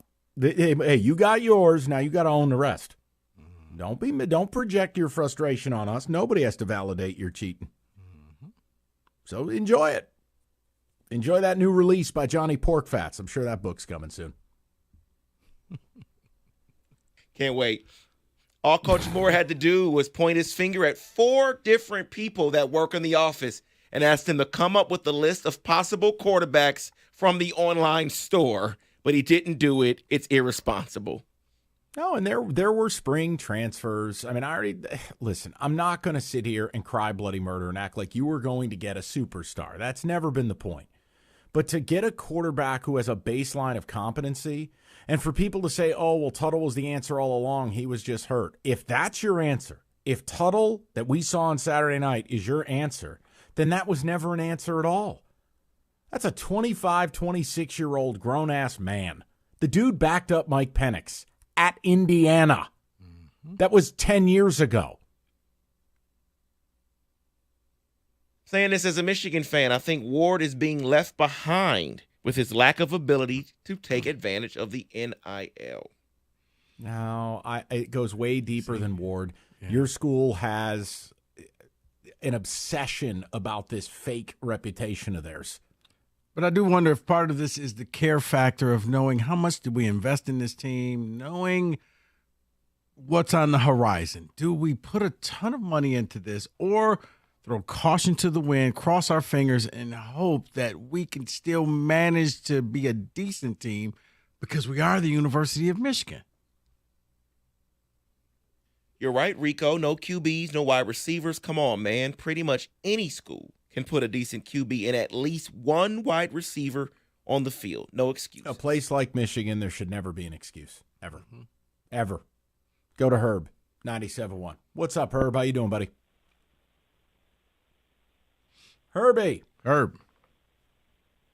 All right, Herb's gone. Go to Darren, 97.1. Hi, Darren. Hey, guys. How you doing? Hey. Go Good, Blue. Dave. What's going on? And I really do believe emotional numbness is real. I mean, winning a national championship not even 9 months ago, I really should be more upset about how this team and coaching staff's performing. But I do think Sharon needs to take a lot. do really believe that he went to the situation and from here, we can make a run at this, and it shot him in the foot, which is sad to see. And I love how you guys love to pick at us, Michigan fans, and we're really gonna live and die by the whole asterisk and getting punished this year. But I really do think a real coaching search needed to happen, and I really want to hear some candidates that you think for the University of Michigan would really fit this well. Well, all right. First things first. I'm not ready to throw Sharon to the wolves. I'm just not ready to scapegoat the guy. If and when we get to find out, I would assume by December, the 90 days will be up, and we'll find out what you're facing. I think that plays a big role in who would be available and who would take the job. Look, it's a great place to coach. All right, I can hate your guts, but I still can recognize it's a very good program. It's a very good school. You do some weird stuff that I'll never understand, but I digress. But I'm not just ready to scapegoat this man. You gave Harbaugh damn near 7 years. You can't give this guy 7 months? No, because I think you said it. He's the fall guy. Now, here's the thing to what Darren wants to know. Well, let's just say something happened. Who should have been the guy? There's no coach out there that Michigan fans would say, yes, we want, short of Bill Belichick or Nick Saban coming back, because it's going to be, well, that's good enough for everybody else, but we're Michigan. Because if you said, hey, maybe you go talk to Jed Fish and see if he wants to come back, we could do better. Okay. So I don't know if there's a person out there that Michigan fans will be okay with that's last name is not Belichick or Saban. Well, the other problem is they're always mired in this whole, Michigan man thing. If you just hire the best guy, it's not a problem. But, man, I don't know. Don't ask me to join their cabal. Leave me out of it. I'm over here just trying not to turn it over 4 times a week. 248-539-9797. We'll get a little bit of football here, a little football today, big news in the NFL, and then we get back to Tiger baseball, top of the hour. Get ready to tackle the NFL with FanDuel, America's #1 sportsbook right now. New customers, bet $5, get $300 in bonus bets if you win. Build a quick SGP for Thursday Night Football. Brock Purdy driving a combine, plus 140. Brock Purdy 7 touchdowns, minus 380. Yes. It's all there for you. I know it's going to be a great Thursday for you. FanDuel.com/ticket. Make every moment more with FanDuel, an official sportsbook partner of the NFL. 21 and up, present Michigan. First online real money wager only. $5 first deposit required. Bonus issued. Non-withdrawable bonus bets that expire 7 days after receipt. Restrictions apply. See terms. Sportsbook.fanduel.com. You got a gambling problem? Call 1-800-GAMBLER.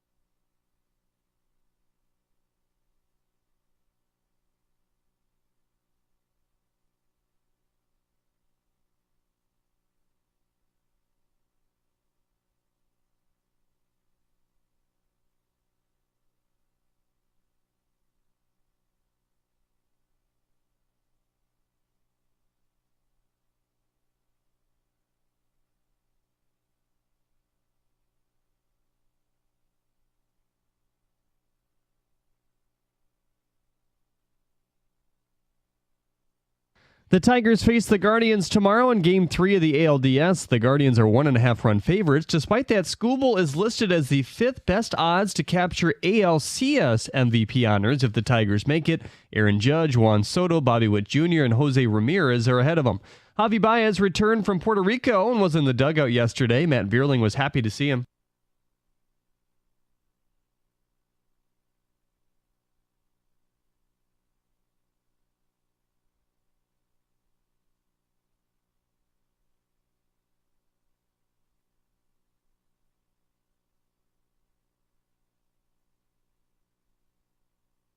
The Suns and Pistons are playing a preseason game at the Breslin Center tonight. Pregame coverage begins right here on 97.1 The Ticket at 6:35. Devin Booker surprised Michigan State's team with custom green MSU shoes that have book inscribed on the tongue. According to Adam Schefter, the Patriots are planning to switch quarterbacks and promote Drake May as their starter. He becomes the 4th rookie to start a game this season. After inking a 1-year deal worth $7.5 million, Eagles linebacker Devin White has been released. White has not played a snap this season. At the Corwell House Sports Desk, I'm Jeremy Otto. For more, go to 97.1 The Ticket or Odyssey.com.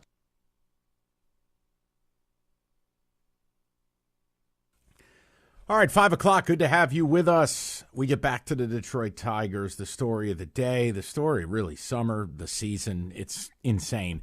Yesterday, another incredible moment. And look, Rico, we opened the show with it, and if people want more expansive, layout, Odyssey.com rewind. But look, we didn't panic about Game 1, and we're not going overboard with Game 2, meaning positive or negative, playoff baseball, you stay neutral. Tomorrow is another massive game, and will I be way more positive and way more confident, even as a guy who picked them in 4 over the Guardians, if you win tomorrow? Yes, because then you've earned the right to close out at home, and at worst, you go back to Cleveland, you have Scoble. And Scoble was fantastic yesterday. And we talked early in the show, Rico, for me, knowing early on him and Rogers, that strike zone, especially the lower third, it was expanding by the ump, took advantage of it. It helped him, I think, make the Guardians look even dumber, because his off-speed offerings, please, man, these guys were trying to protect their ankles with the way that zone was getting called. And guess what? You got a guy like Scoble on the mound, you're in for a long day anyways. Mm-hmm. And the Carpenter thing, I mean, it's 8 and 9 in the order, get singles off Clase. You're like, how? And then Kerry Carpenter, 3rd straight slider, the first slider Clase has given up a home run on all year. It's the first slider, in fact, since 2022 that someone took deep. And needless to say, no one this year on any pitch thrown had hit a home run as a left-hander. But yet, Kerry Carpenter, orange headband, victory. And it's the magic of what this team is doing. Yeah, and see, but this goes back to what I said earlier in the show, and I know it's irresponsible with Scoble, and I would have left him out there a few more pitches to see, because the strike zone had been expanded, and you don't know what it's going to be like the next time he throws. But you know what, man, let's just take advantage of this. It's Giddens is good right now, so let's just see, maybe we could squeeze one more inning in a 0-0 game out of him. And yeah, it worked out. And what I'm saying is irresponsible. I know you have to protect his arm, you have to look to the bigger picture. It was just I didn't think that I thought the magic was running out, at least with the bats, because they hadn't scored at all in the series until, the top of the 9th. Yeah. And by the way, it just so you guys, I don't want to hear anything. The zone was the zone for both teams. When you have Tarek Scoble, not Matthew Boyd, it's a huge advantage. Well, if you don't believe me, here's the facts. Umpire Ramon DeJesus missed 17 calls yesterday.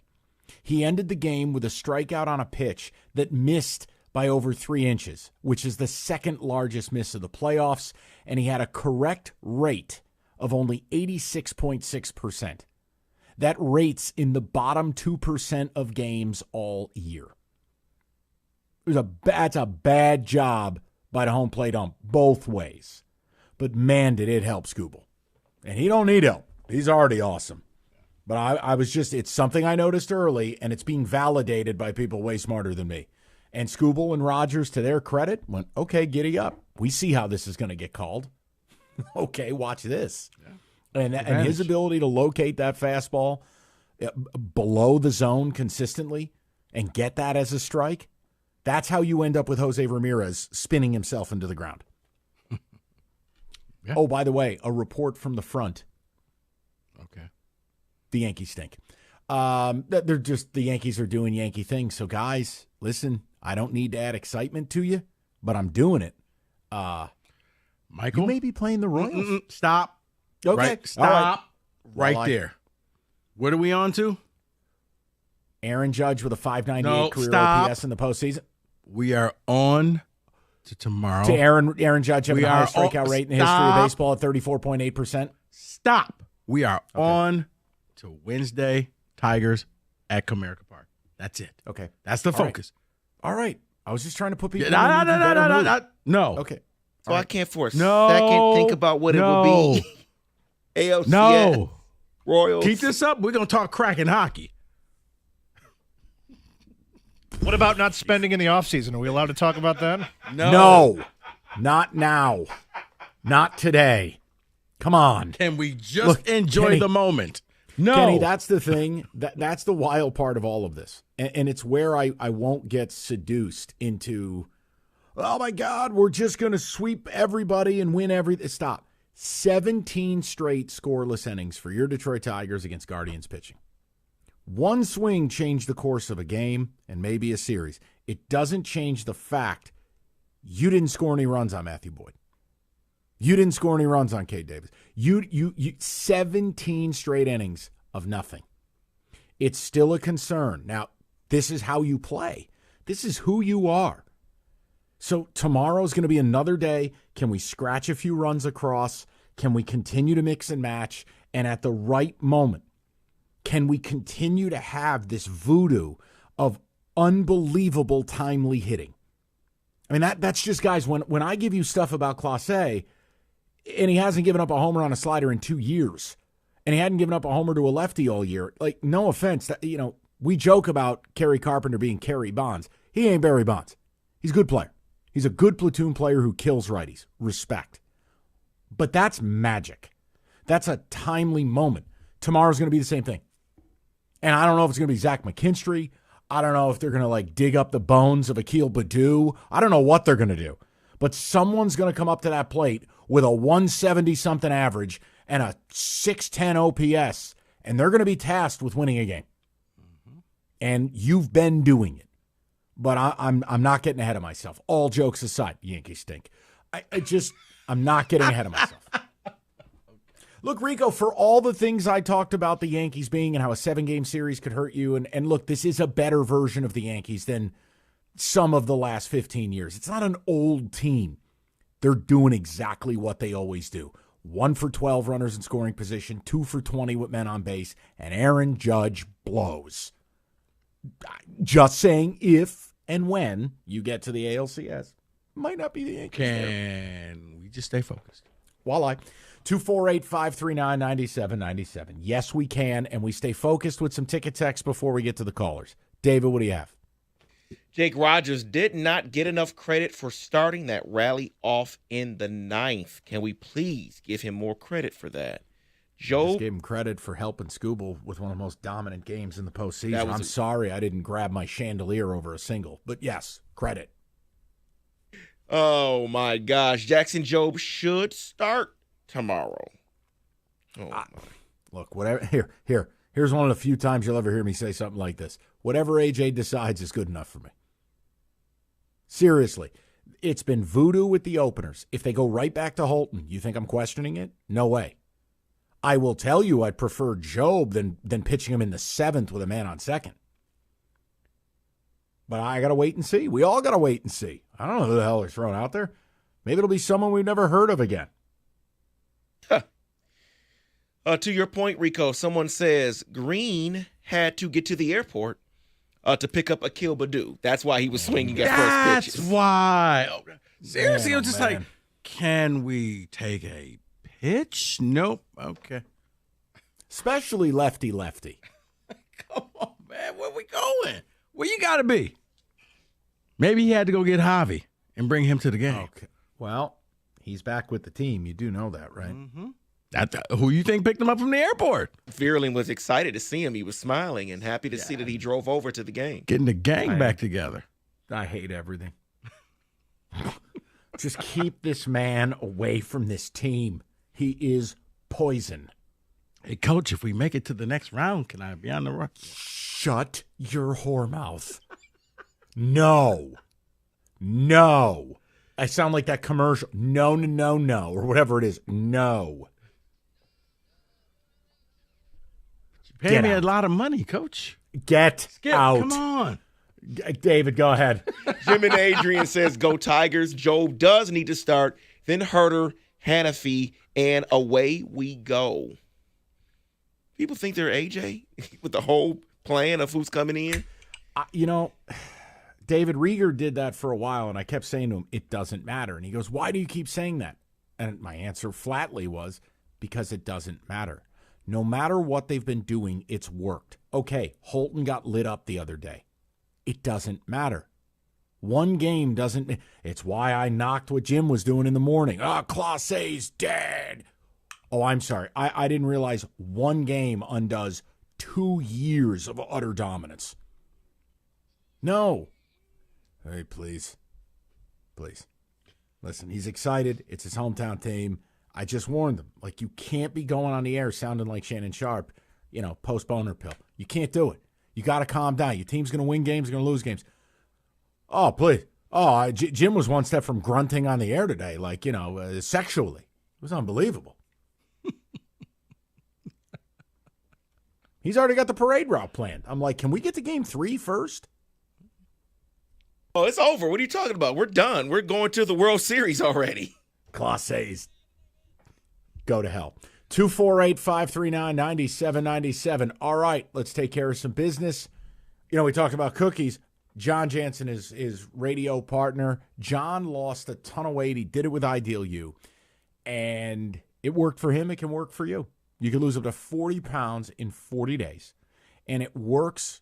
John lost 10 the first 10 days, 60 pounds overall. He's kept it off, and you can book that free consultation right now at idealu.us. And Ideal You will guide you through the process.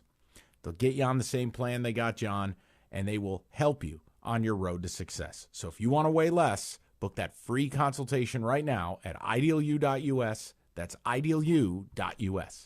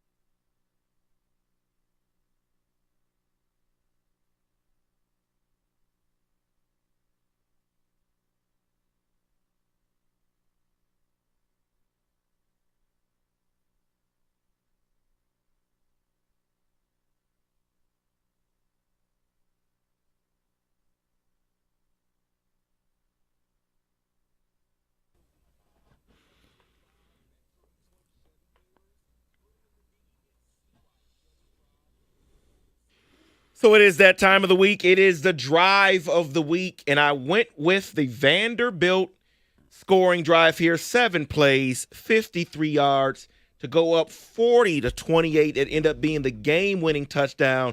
Diego Pavia starts the drive 5 yards on a run. He has a key 11-yard pass to Eli Stowers, and then close it out with a touchdown pass to Johnson for 6 yards and a touchdown. Ends up being the game winner. And if you need NIL information, you can go to his Twitter because he's saying to go to his agent because of the great weekend that he had. That is your drive of the week. Vanderbilt with the upset. David, he's the Detroit Tigers of college quarterbacks. The kid has been doing it since the day he set foot on New Mexico State's campus. You know, Jim and I with Cash the Ticket, like we watch some really egregious football. Pavia, the guy came from nowhere. He had no Division I scholarships. I think Nebraska wanted him as a wrestler. No one wanted him for football. He went to the New Mexico Military Institute. Then he goes to New Mexico State. All he does there is turn them into a winner. And he does it with wild plays.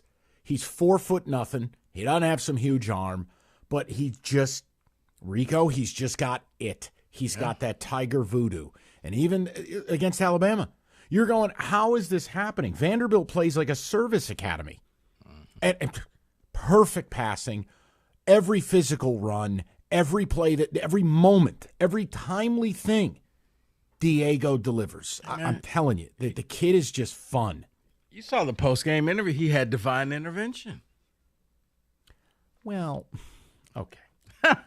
He's I'll also leave it alone. He's also trying to get a Ferrari because that is one of his dream NIL deals is Ferrari. Streets paved of gold that you could drive Ferraris on. That's what's in heaven. Oh, they were talking about Nashville or Vanderbilt's campus. Spoiled Children University there. Man, they're smart. Seriously, Vanderbilt isn't Vanderbilt all doctors and lawyers? Yeah, probably, but I don't know they're that's smart. Their deal. Well, that's why they're in the SEC. Oh, please, they're there for the academics, right? Which is a whole nother thing, Mike. Right, that's why they're in the SEC. They're the Northwestern. You're here to take everybody's test. Fair.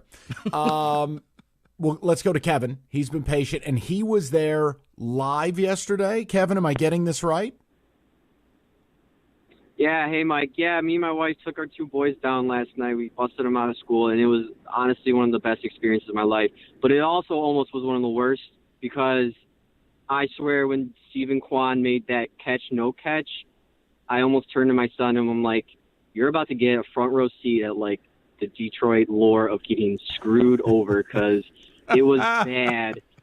Bad juju because you can't convince me that was a catch. I'm sorry, it wasn't a catch. Even the Guardians fans we were around were like, might have gotten away with one there. That's fine. And the fact that it was Class A, and it was like, I'm like, that's the only hit we would have gotten off of him. It was such bad vibes for like an inning and a half. But man, it was honestly that where we were, we had like a bird's eye view over the field. That Kerry Carpenter hit. I've never seen a ball hit higher in my life and go farther in my life. And the fact that, like, once you realize it was a home run, just the roar of the Tigers fans was so loud because the Guardians, and no one said a word. And the Guardians people we were around just left. It was awesome. It was so awesome. Couldn't have been better.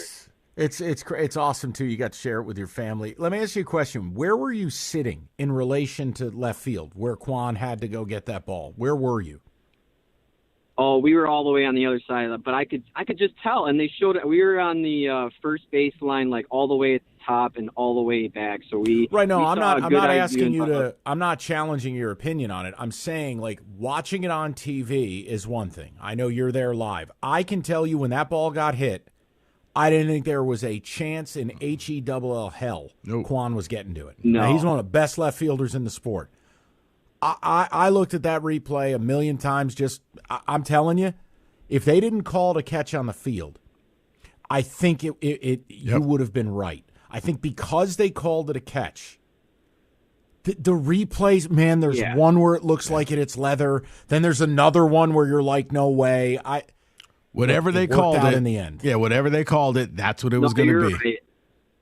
You're right, but in the moment, it just felt like that was our only shot we were going to get. But But you knew what was going to happen. So lucky. You knew. Yeah. You looked over at your kids and you said, don't worry. We're going to get back-to-back hits from our worst two hitters. Then Kerry Carpenter's going to come up and take Class A deep for the first time all year. See, Kevin, I was with you. I like to see Fangraph's shot of us winning that game. I bet it was like 0.0%. Yeah. Well, I was when the ball was hit, I'm thinking, okay, the next thing I'm expecting is for it to go bouncing behind him. Like he got there too late. It hit the ground. It's going to go to the wall. No, wait. That was a catch? He took a hell of a risk diving. He did. But in that type of game where 1-0 could have been, 1-0 factually would have won the game, I don't know, man. I lean towards not a catch, but I also understand once they call something on the field, it's a court of law. It is burden of proof. I need irrefutable proof to overturn it. I mean, Tigers probably got boned on that play, but it doesn't matter. Because much like David on a Saturday night, they do the boning. They just get right back to business, and they do their thing. You know, Tigers throw it in the system on a daily basis. Just roll that audio in the system. Well, right? You know what I'm talking about. Well, to your point, though, Mike, whatever the call was on the field, it was going to stand. If it was no catch, it was going to be. It was just the way that play played out. It would have either boned the Tigers or boned the Guardians. Right, either way. Deal. Yeah, but you can't outbone the Tigers. You can't. I mean, David, there's nothing. Nothing matters at this point. We're living in the upside-down world. Oh, first and third one out. Oh, I need the other manager to space out and not send Stephen Kwan on the first pitch to protect against the double play and possibly get, catcher indifference. Yeah, no problem. Double play. I need the best closer in baseball, and I need my 8 and 9 hitters who can't hit their way out of a paper bag to both get on base to set up Gary Bonds. And then he goes up there, and Clase not only loses his mind and throws 3 straight sliders, but even at the urging of Bo Naylor, keep it down in the zone. You could see the glove. He's like, get it down on the dirt. Nah, I'm not only going to miss, I'm going to miss middle. And Carpenter, right, boom. Bro, it's magic. You don't fight it at this point. They just have the answers. They are the one who knocks. They are Walter White. That's your baseball team. Or in this case, they are the one who bones. They do not get boned. They do the boning. They do the business. And Rico and Kenny are so uncomfortable right now. What do you mean? What do you mean? Kenny, Rico's got control of the soundboard. He said that's the wrong one. Uh-oh. Can't blame me. Yeah, there you go. Sure.